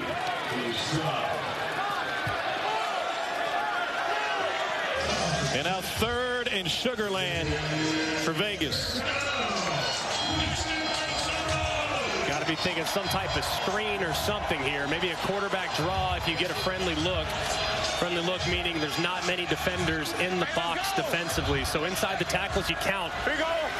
There's not many guys there. I might go with the quarterback draw right here. Lennon to the screen. Badette dropped it. And momentum residing on the Houston sideline now. It's amazing when we talked at halftime the importance of just cleaning things up. As you can see the pressure being applied. They have a screen called underneath. They have some blockers, but nothing there as Badette drops it after a pretty accurate throw. one that should have been caught by Badette.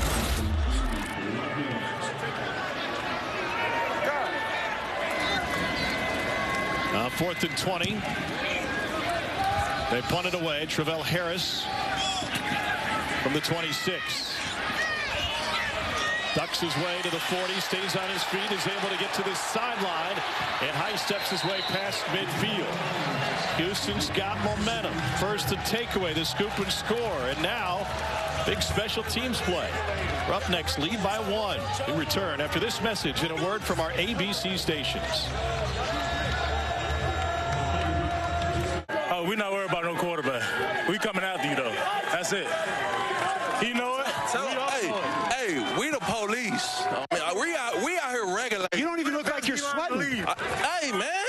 We the best in the league. Yeah, hey, we the police. We run everything out here. At some point, you got to come home. Hey, y'all ready? Y'all ready? You can. Bad boys. What you gonna do? What you gonna do when they come for you? Bad boys. You got to come home at some point. You can run, but you can't hide. There it is. You can't hide. Mike Lowry. Which of those three is Tia Leone, though?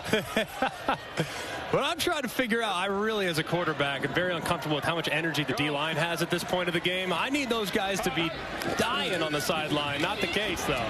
There's Bryson Allen trying to change direction. Yeah, they have a lot of energy, huh? Man, I want to see defensive linemen that are on the oxygen tank, that are getting IVs. Not the case, though, as Houston's defense continues to keep them in it. No, 100%. They're in the backfield. They're good. No matter how hot it is, how many reps. Oh, it doesn't matter. Yeah, you can go all day as long as I'm winning. Yeah. That's it. Second down 10.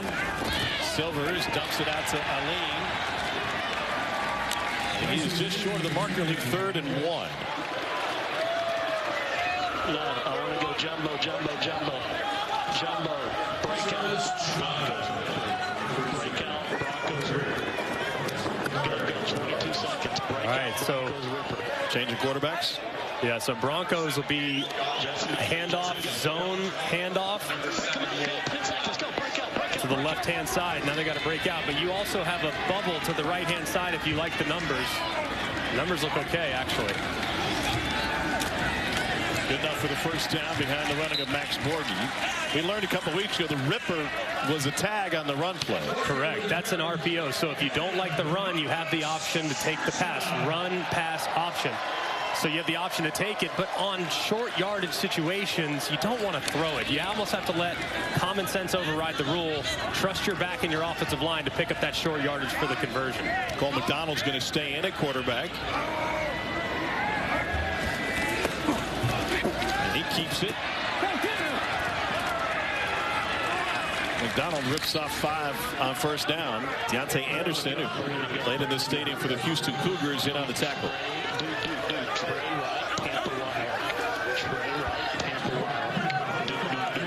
Here at Tampa, that's a trap. You're going to see one of these offensive linemen trap the defensive tackle to the play side.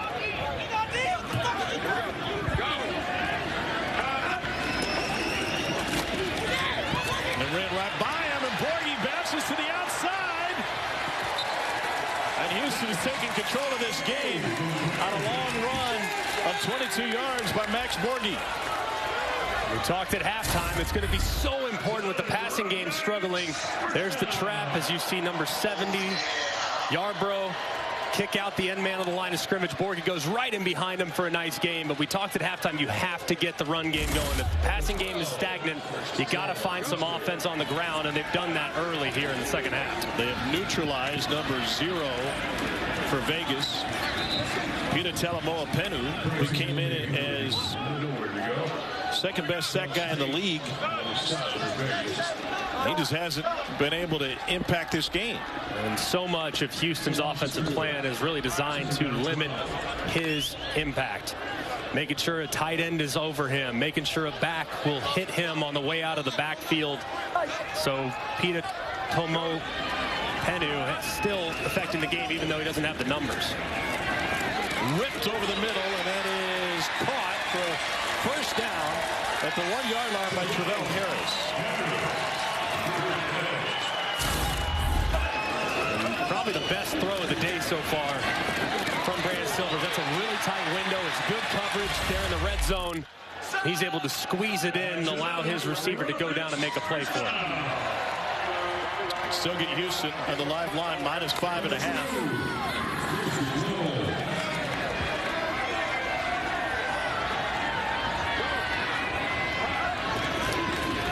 Here's Borghi straight up the gut, and he plunges in for the touchdown. First offensive touchdown for the Roughnecks today. The defense has contributed too.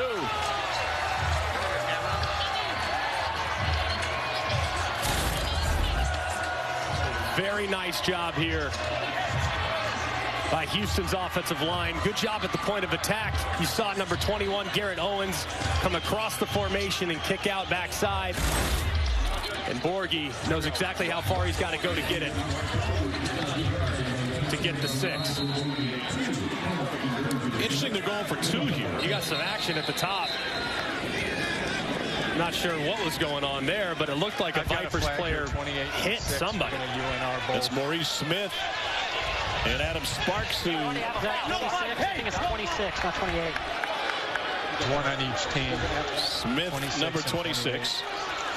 Giving them a personal foul for giving them the business there. Yeah, just gonna offset. Personal foul. Defense. Personal foul. Offense. The penalty's offset. The try will be attempted from the 5-yard line. Dante Burnett in the middle of it. Well, you can see at top of the screen right here in the bunch formation. Got some action there. Little chatter. Things escalate a little bit, but a good job by the officials, man. Just call it on both sides, move on.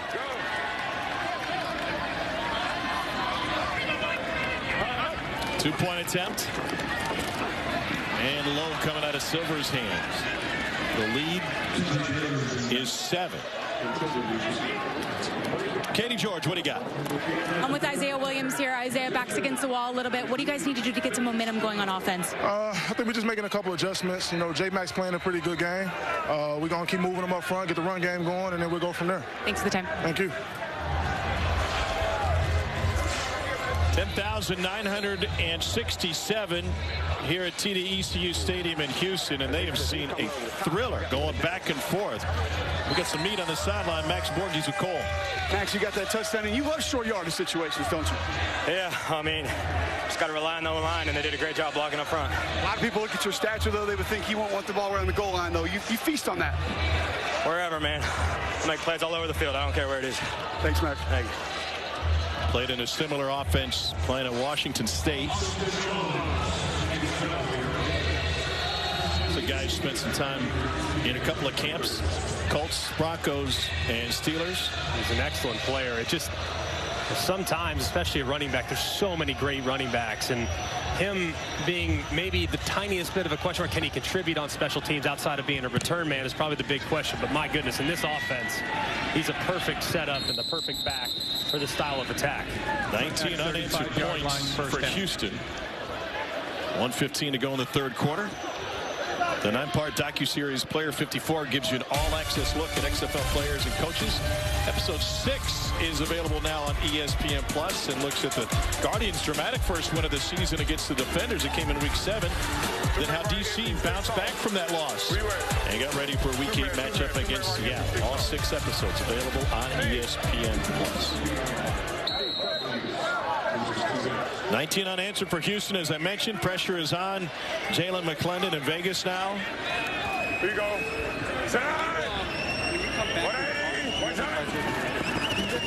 McClendon gets rid of it, and it goes for a first down to Sinkyu Sweeting, excuse me.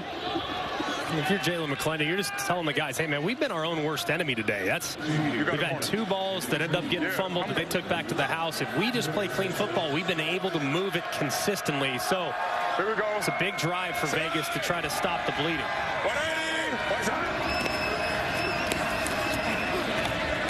To the edge, and this is Geronimo Allison, and they're moving the ball again.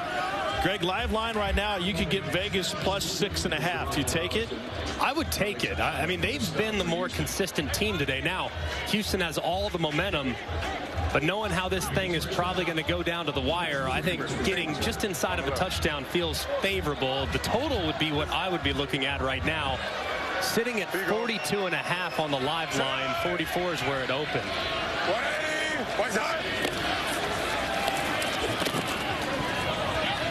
Another completion. This is Matthew Sexton. On the value buy, you can get Vegas at plus 400 if you think the 6.5 is good. Going to win the whole darn thing. Vegas led for most of 2.5 quarters. Now they trail by 7 as we head to the fourth quarter. Vipers Roughnecks returns after this message and a word from our ABC stations. Warren Arlington lost this weekend. Houston 5-0 against the division. Haven't won a game against North Division foes, which is where Vegas resides. Week 9 of 10, and only 2 teams have been eliminated from postseason possibilities to this point. Now it's 2nd and 3. McClendon chased down the pocket, and he goes down. Another sack for Houston. C.J. Brewer. Bad boys coming after him.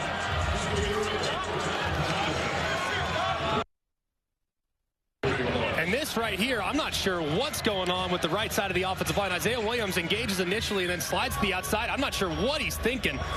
Allowing a defensive tackle to breathe fire on your quarterback. I don't know if he thought the center was going to be going in that direction to help him out, but either way, miscommunication up front. There's absolutely nothing Jalen McClendon can do.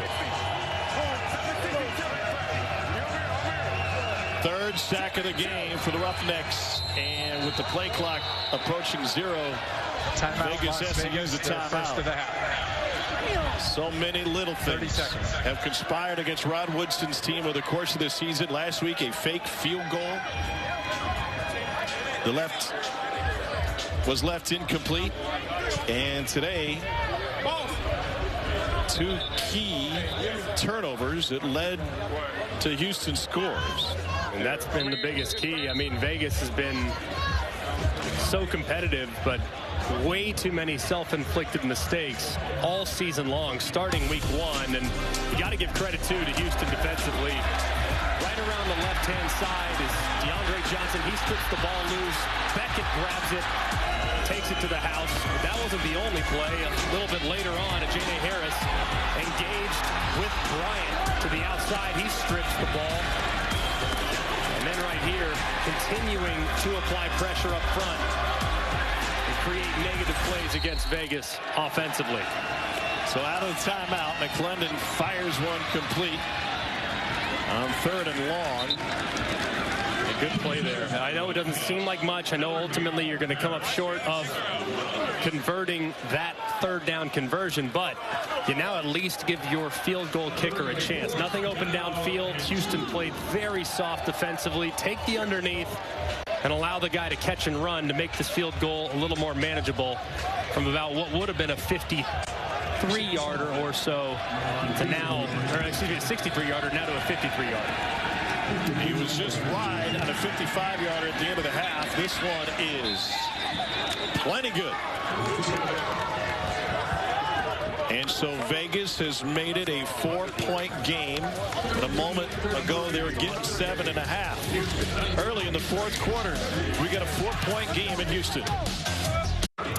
Jamar, obviously there's some frustrations on the defensive side right now. You're a veteran that people listen to on this side. What kind of advice have you given them? Because there's still a lot of football to be played. Man, put our swagger jackets back on, man. You know, they only got 1 play on us.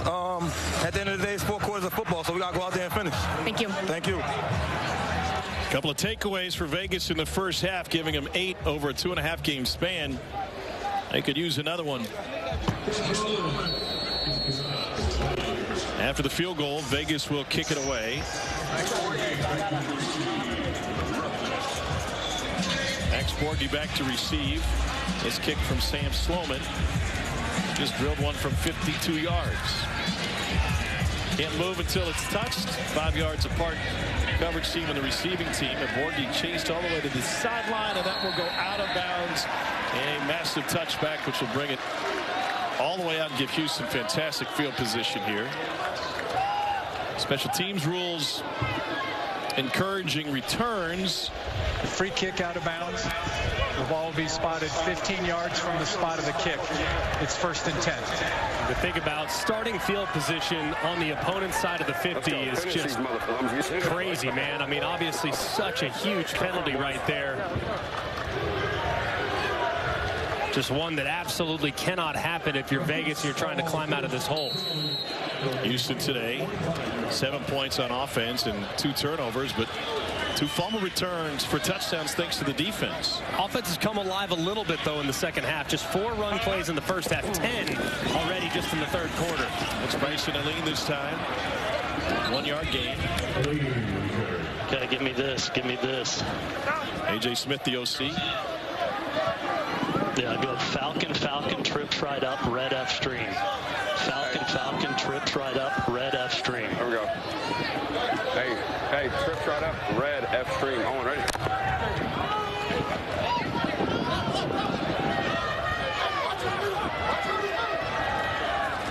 Go! Watch the crack. Pressure coming. They got the Silvers and force an errant pass. Deontay Anderson, former Houston Cougar, in addition to playing at Ole Miss. He's unblocked off the left-hand side. He looks like he's covering the slot. Instead, he decides to blitz at the last minute. The offensive line isn't responsible for that guy with the edge presence. And he drops Silvers for a big hit. As a quarterback, how do you see that? You have to be able to anticipate it and understand, hey, man, if anything comes outside the left tackle, he's mine. Got to be looking at it and get rid of it quickly. They drop 8 this time. Silvers going deep over the middle into coverage and incomplete. Cedric Byrd, the intended receiver, he was surrounded by 3 white jerseys. And it's got to be a killer for the Houston Roughnecks. You get great field position, the plus 45-yard line, and you go 3 and out and only gain 2 yards in the process. It was well executed defensively by Vegas, bringing that pressure on second down to get them behind the sticks. But, man, what a missed opportunity for the Roughnecks. Ray Sporter to punt it away. The Houston team started the season 4-0. They're just 1-3 in the second half of their season. Owen checks up, and it's going to be a long field for Vegas. 11:32 to go in the fourth quarter. Vegas down 4. Week 9 of the XFL rolls on tonight. Primetime ESPN2. Orlando is in San Antonio to take on Hines Ward's Brahmas. And the best team in the league, DC, is home against Arlington tomorrow at noon on ESPN. And Cause the Law in the Lou. Battlehawks in the Dome. And a must-win against Seattle, 3 o'clock on ESPN to close out your XFL weekend. I'll tell you what, that game Sunday afternoon, I mean, you could make a case it's the biggest game of the season up to this point. And the XFL winner likely in the North Championship. Loser likely out of the playoffs, and those are definitely 2 of the 3 best teams in the league. Not on the same page with Vedette. The blitz was coming.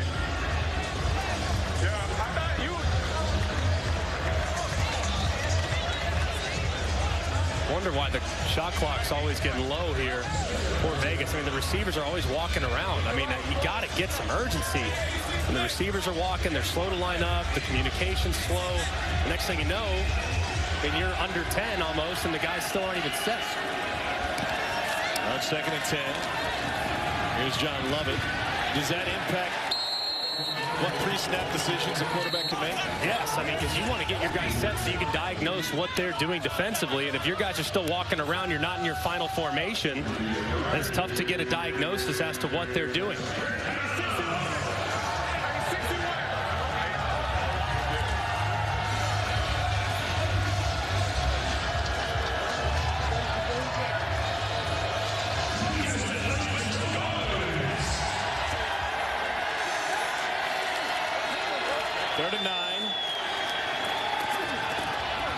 incomplete. Just a hair off. Trying to find Sweeting. It was the right place to go with the football. As McClendon released it, he thought Sweeting was going to just stop right on a dime, but Sweeting starts coming back towards the line of scrimmage. It's well anticipated, and it would have been a completion had they been on the same page. Just slightly off target results in a punt for the Vipers. Empty possession for Vegas.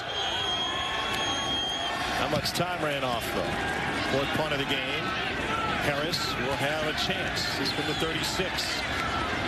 Bends it to the far side. Skips to midfield. And once again, the Roughnecks are going to have good field position. Houston is the site. The Roughnecks hoping to be home for the postseason to take care of Rod Woodson's team to get there. Vipers Roughnecks returns after this message and a word from our ABC stations. For the Vipers. I got no bodies left on special teams. I'm down to everybody's hurt. That's what I'm saying. So I'm going to let them kick it out and do what we have to do. You know what I mean? Charlie Eager, the special teams coach, sharing with Rod Woodson where they are from a personnel standpoint. And obviously these rosters small, just 45 players dressing on a week-to-week basis, and you have a few guys go down like Vegas has today. They are crazy thin, especially in the third phase, being the special teams units. Here's Max Borghi. And he slips through the first tackler. He's got a first down for Houston. And he's still on his feet inside the 15. What a run for Borghi.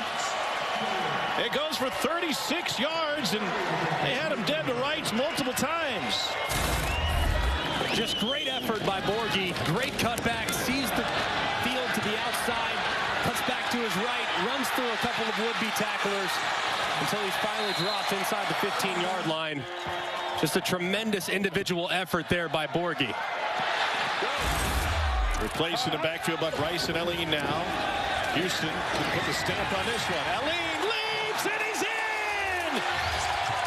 Roughnecks have extended their lead.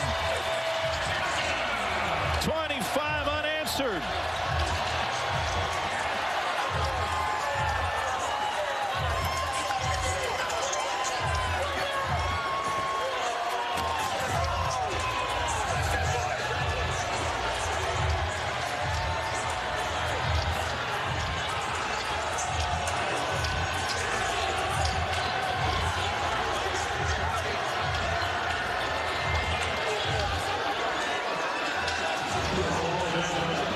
These running backs have really answered the challenge here in the second half. Both Aline and Borghi creating some big opportunities to now put Houston in the driver's seat. What a finish by Bryson Elling, and now the point after. And it's a one hopper to the end zone. Bryson Elling played his college ball at Delaware State.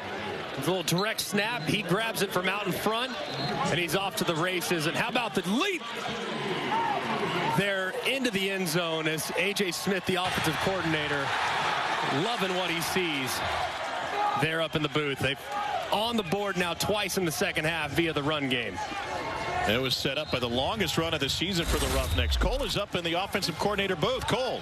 All right, AJ, take us through that last drive. For somebody who does not like a single run play that exists, you call two and find a way to get into the end zone. What'd you see? Yeah, we are feeding off the energy of our offensive line. The whole first half, our game plan was to take care of zero, kind of eliminate his will to win a pass rush. And so now we had the box right there, two big runs. Great job by our running backs. But, hey, we take what the defense gives us. They want to play 4-1. We're going to pound it in there. You've had a couple formations today that you did not run the entire season. You mentioned managing zero and that pass rush. How much has that played into the success here in the second half?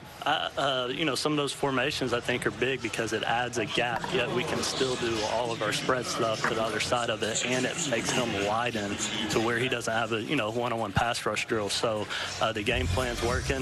We just got to finish here now. Finish like a championship team we're striving to be.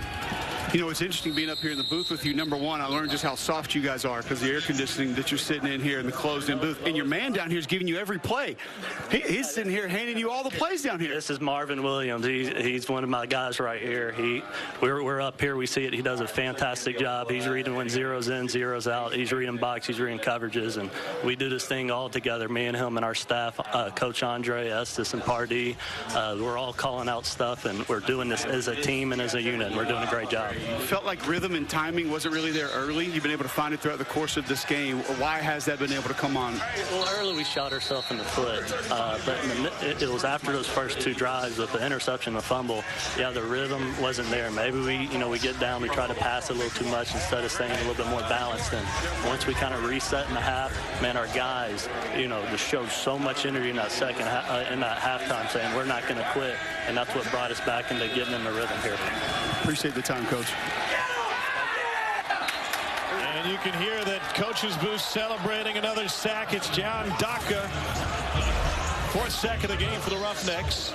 And back to the touchdown from Aline, though. You see just how much energy, as AJ described it, not just from the offensive line, but the backs as well. They've been the most reliable pieces of this offense the last few weeks. They continue to lean on those guys as Aline with a little standing backflip and a Lambeau leap to celebrate the big touchdown. You were watching A.J. Smith celebrating it. My eyes went somewhere else. Get ready for your telestrator here, Greg, because I want you to circle this. Your Sweeting has nowhere to go. Cole was in the booth getting ready for the interview. There you go, Cole. Little FaceTime. What is going on in there? Did he not like it? Did you like it? What was going on there, Cole? I don't know. It's probably on the elevator right now. See, let's all be honest with each other. That's right. Yeah. Vegas 0 for its last 6 on third down after starting the game 4 for 5. And that'll get it back on track to Sexton. How do you, if you've been sacked, if you've been struggling on third down as a quarterback, how do you find that rhythm once it's lost? Because everything up to this point doesn't matter. And it's not the easiest thing, but as a quarterback, you have to have the shortest memory of anyone on the field. Now, corner would probably be second. Left tackle might be third, but you cannot allow previous plays to affect the upcoming play. So what you've done in the last several third downs shouldn't matter. They jumped. And he's going to go deep with a free play. And it's batted down. That's why quarterbacks make good golfers, right? Doesn't matter if you... That, and it's kind of a similar motion, I guess.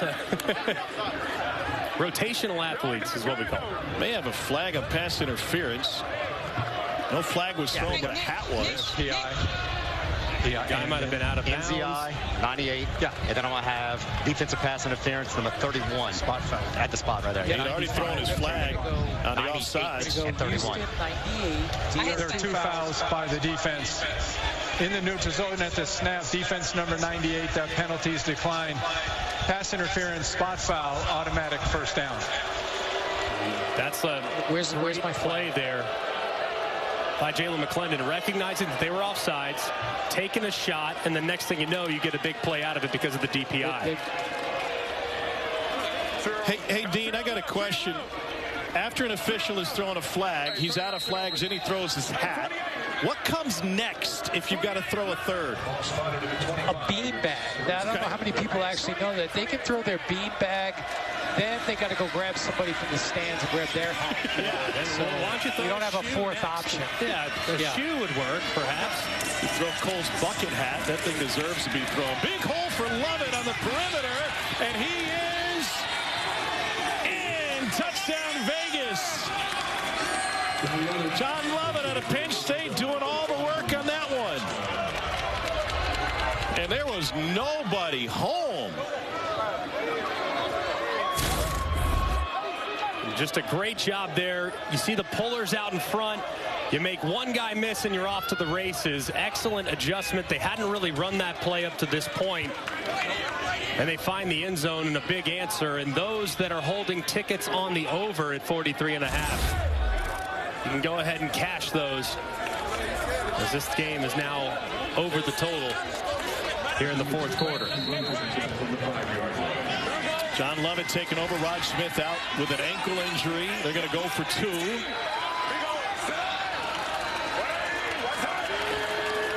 Pressure coming. McClendon, that corner, and it is taken away. What a sensational play by the Roughnecks and John Brandon. Man, how about the catch by Brandon? Timing his jump perfectly, tipping it up to himself. Amazing concentration. Of course, the elbow was down before he secured the catch. Either way, the attempt falls incomplete. Still a good answer, though, from Vegas. What's the live line telling us now? It's locked right now. You're going to have to give me a moment. This thing is all over the place. Caesars Sportsbook. I'm going to say loads. I think it's Houston minus 3.5. That's the guess. Okay. Houston was given 6.5 before the game. How about Houston minus 4.5? Essentially with 6:23 plays, Vegas going to get another score. They're plus 450 on the money line right now.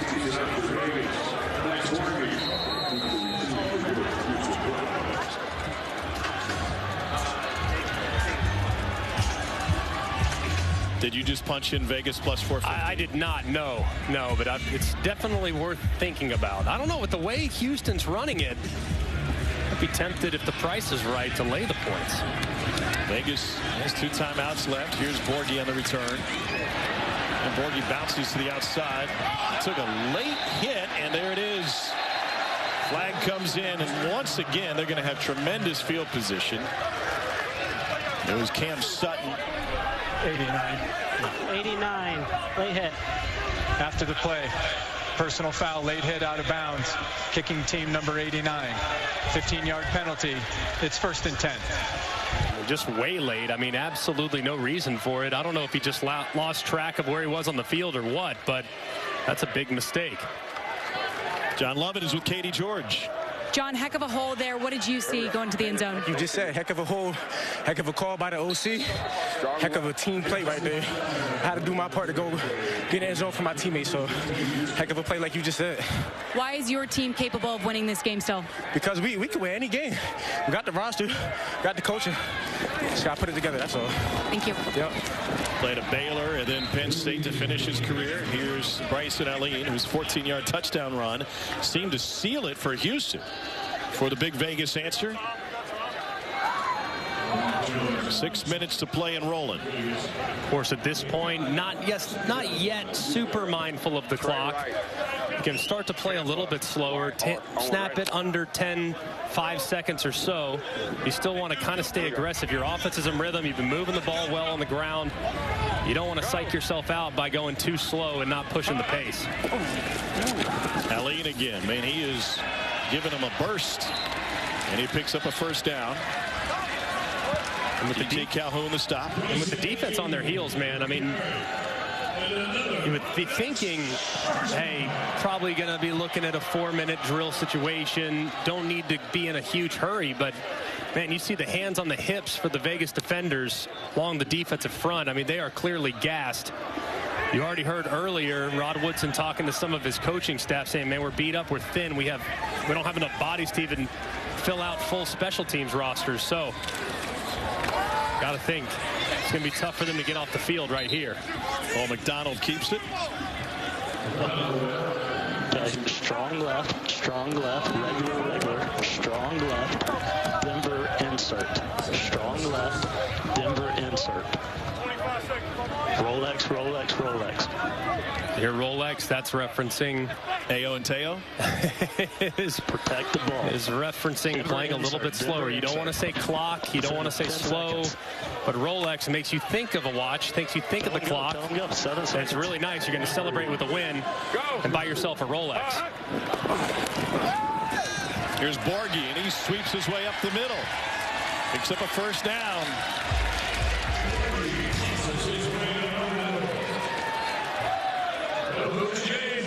Houston can not only clinch the South Division title, but Wade Phillips can keep his team home in the postseason before the championship game in San Antonio. H-fly, Broncos punch. Here we go. Go Broncos, let's go. Just hold on to it, There you go, remind him, hold on to it, double over the ball. One thing that gets him back in the game right here is a fumble. Morgan took a lick. Maurice Smith delivered it. We got a flag after. Gonna get a late hit on Maurice Smith, or Mike could leading with the crown of the helmet on a So after the play? at the end of the play. Go slow here. What do we got here? We have a dead ball personal foul by 0 of the defense stomping on the player that was on the ground. Tamo Penu. No, there's no stop. He's just walking. No, Okay, there is no foul on the play. There is no foul on the play. It's second down. I love the fact. Listen, Coach, he got to be careful. He cannot stomp down on him. He stepped over him. Dean said he didn't touch him when he stomped down. So How do you know he meant to do that on purpose? How do you know that's a perception penalty? That's a perception. When you ain't never play ball, that's a perception penalty. That's a perception penalty. I love the fact that Dean Blandino can correct it with no time lost. Absolutely. So quick, so efficient. Wish it would be adopted at all levels of ball. On 2nd and 9, Aline had his helmet ripped off. And that'll bring multiple flags. Personal foul. Face mask, defense number 90. Half the distance to the goal, automatic first down. Jashim Martin. As you can see on the right side of the screen, Martin with that left arm grabbing the helmet, ripping it right off of Aline. It's fortunate that without a helmet he doesn't get hit harder. Glad he's all right. Let's go. Let's go. First and goal, 3 minutes to play. Broncos punch. Owen, right? Gonna lean on that run game. Yeah, there we go. Over here. Over here. Hold on to it.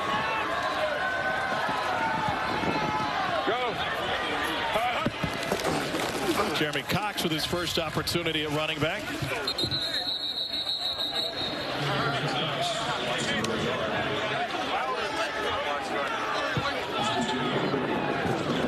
One more play before the 2-minute warning.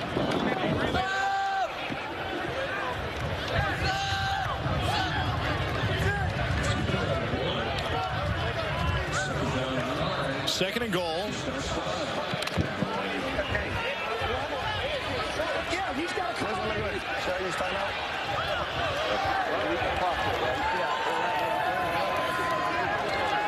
Denver. I think it's Denver. And they'll run it again. And take him to the 2-minute warning. Out there. Vegas came out of there with the ball, but forward momentum ruled to have stopped before K'Von Walker took the pigskin away. Vegas trying to play spoiler, needs a stop here. 2 minutes to play in Houston. A.J. Smith and the Roughnecks looking good. The defense has done it. Allen flew into the end zone. It's late in Houston for Vegas. Here's looking at the standings. DC and Houston will both be in the postseason, but they're trying to clinch home fields for both the North and South Division playoffs, respectively. Houston can win the South with the win this afternoon, or Arlington losing tomorrow. Arlington can be in with a win or a San Antonio loss. DC win the North Division. Their magic number is 1. They need St. Louis to lose, and the Battlehawks can be in with a win against Seattle tomorrow. And then kick the kick. Go out there, and then I'll call a timeout before we kick it. Okay? Unless if they call a timeout. Wade Phillips plotting. 3rd and goal. After the 2-minute warning, Max Borghi stood up and taken down. Nearly lost the football, it seemed. And so with the scoring options available, especially in the point-after situation, Vegas still very much sitting in this thing. Absolutely, but you see right here, I mean, the ball almost comes out. Beasley is right there. You see the ball go down. Borghi's able to recover it quickly before it even hits the ground. A great job there by Vegas's defense. Getting off the field, a timeout called by Vegas after the fact to preserve some time on the clock, but it'll be a 7-point game. The Vipers getting the ball more than likely here in just a moment.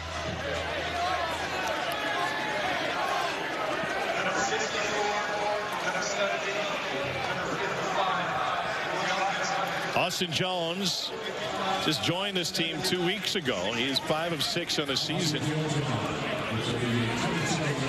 Started his career at Temple, tore ACL on a kickoff coverage. Ended up the starting kicker for Nick Saban in Alabama. From 28 yards to extend the lead.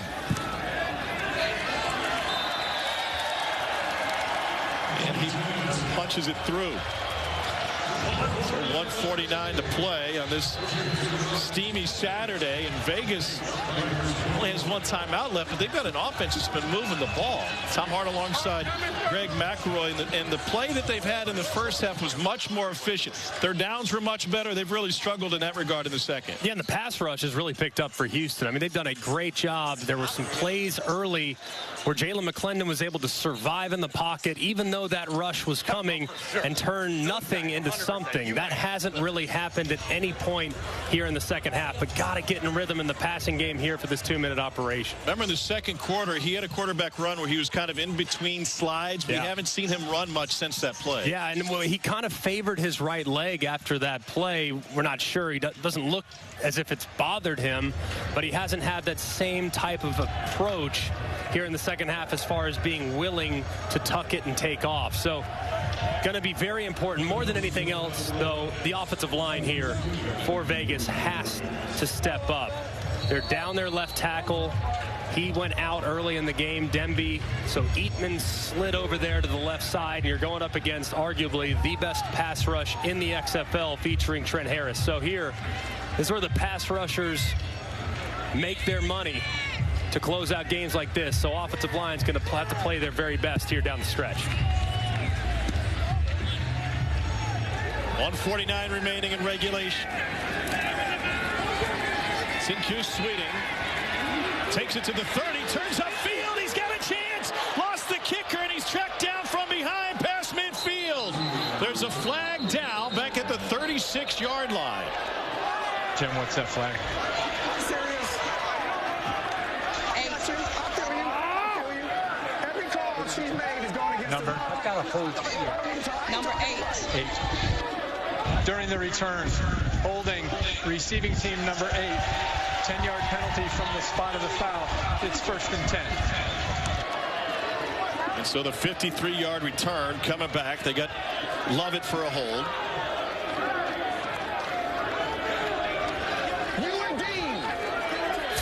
Rod Woodson could challenge this if he thinks it was a bad call.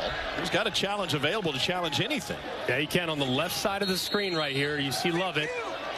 And it doesn't look like a hold unless it happened a little earlier. You see that left hand. It does look like he's grabbing the jersey just a touch. If I'm Rod Woodson, I'd challenge it. What do you have to lose outside of the timeout? And at this point, with the clock stopping after every first down, I mean, you can live knowing that you need a touchdown more than anything else. So 1:39 to play. Jalen McClendon forced out, goes back against the grain, and that is called a catch for Badette, and that's a first down. He's got his hands underneath it. 1:30. A great catch there by Badette. I mean, full layout to secure that ball before it hits the ground. All right, so one play and just about back to all that yardage they lost. 4-man rush. On time to the outside.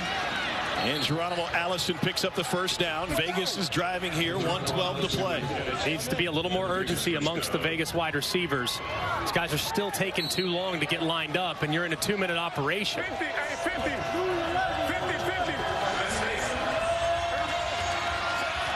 Approach the 1-minute mark, down 7.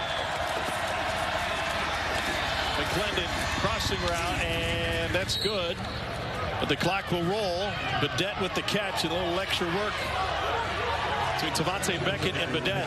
You're wasting time if you're engaging in any type of chatter at this point. Got to hurry. 40 seconds and rolling.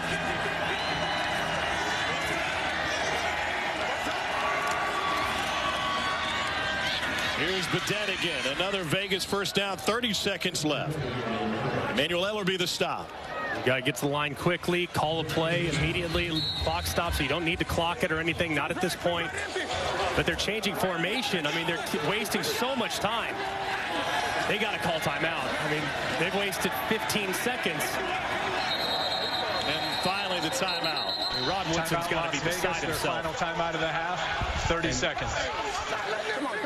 Stop. Come here. A lot of frustration on the Vegas sideline. And that's really bad.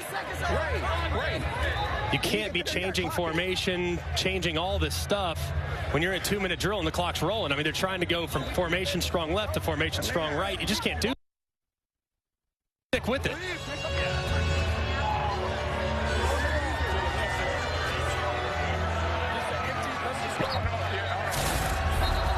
We got to line up. I know you're hurting. We got to line up, though. If you don't know, just ask me to stay with Joe. That's a killer, too, because it really cost them 15 seconds, and they didn't even get a playoff. Right. From the 27-yard line. 18 seconds left. Every single throw at this point has to be beyond the line to gain, so it has to be at least 10 yards. Anything underneath that game set match. This one's short of the stick. And he is inbounds. Clock will roll. They got 11 seconds and moving down. They got to clock it immediately. Have to clock it. And he gets it down with 4 seconds left. Come on, it's no time out. We left a play on the field. One play left for Vegas. Play clock at 18. And now they'll be helped out because Houston couldn't get personnel off the field. And the Roughnecks use a timeout.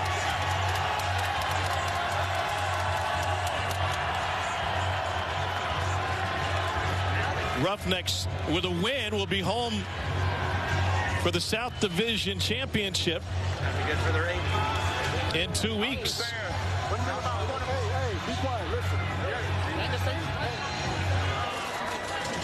Hey, come here. Everybody, come here. Hey, you're going to bring pressure. All right, you're going to bring pressure.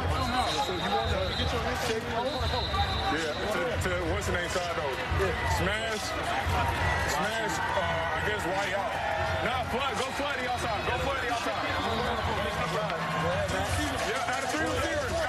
Outside receivers. Let's go. Y'all good? Yeah, point forward. Where do you go to next week? 4 seconds left in regulation. You got to be prepared for pressure.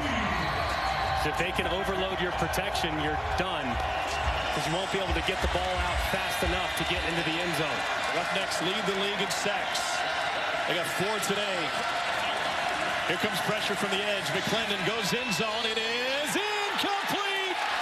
Off the hands of Matthew Sexton, and Houston will be home for the postseason.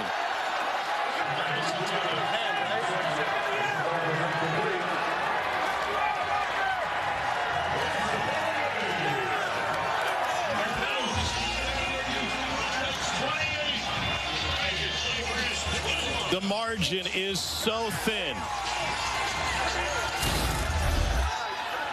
Man, they got a great look. They get a good opportunity. It's going to be tight. There's going to be a collision. The ball's just a touch high.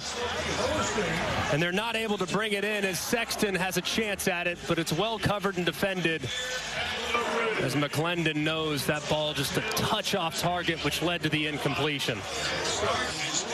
Vegas had this thing in their hands in the first half. What a second half for Houston. 2 defensive scores, and the offense got on track. They're South Division champs, and they'll play here at home on April 29th with a berth in the XFL championship game on the line. Their opponent for that game still to be determined.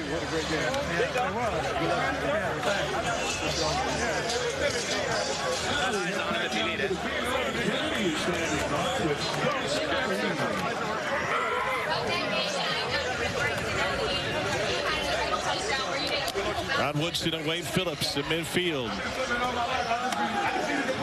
Coach Phillips, you clinched home field advantage. How does that feel? Yeah, we won our division, clinched home field.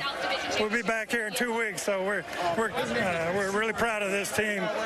They fought all the way right down to the last play. And you had to lean on something late that hasn't necessarily been what you've been your go-to on offense the majority of the season. The run game really came through for you in the second half, especially in the fourth quarter. Yeah, that's a determination. The offensive line did a great job, and the running backs really ran hard. Thank you, Coach. You bet. Thank you. And so the Roughnecks, after trailing early, finally grabbed the lead late and held on to it. They will be home in 2 weeks to play for the XFL South Division Championship. Another one coming up tonight on ESPN2 at 7 o'clock Eastern. Coming up next, so it's the NCAA Women's Gymnastics Championships with Greg McElroy, Katie George, and Cole Kublik. I'm Tom Hart. Our final score, Roughnecks 28, Vipers 21. Thanks for joining us. Have a great weekend, everybody.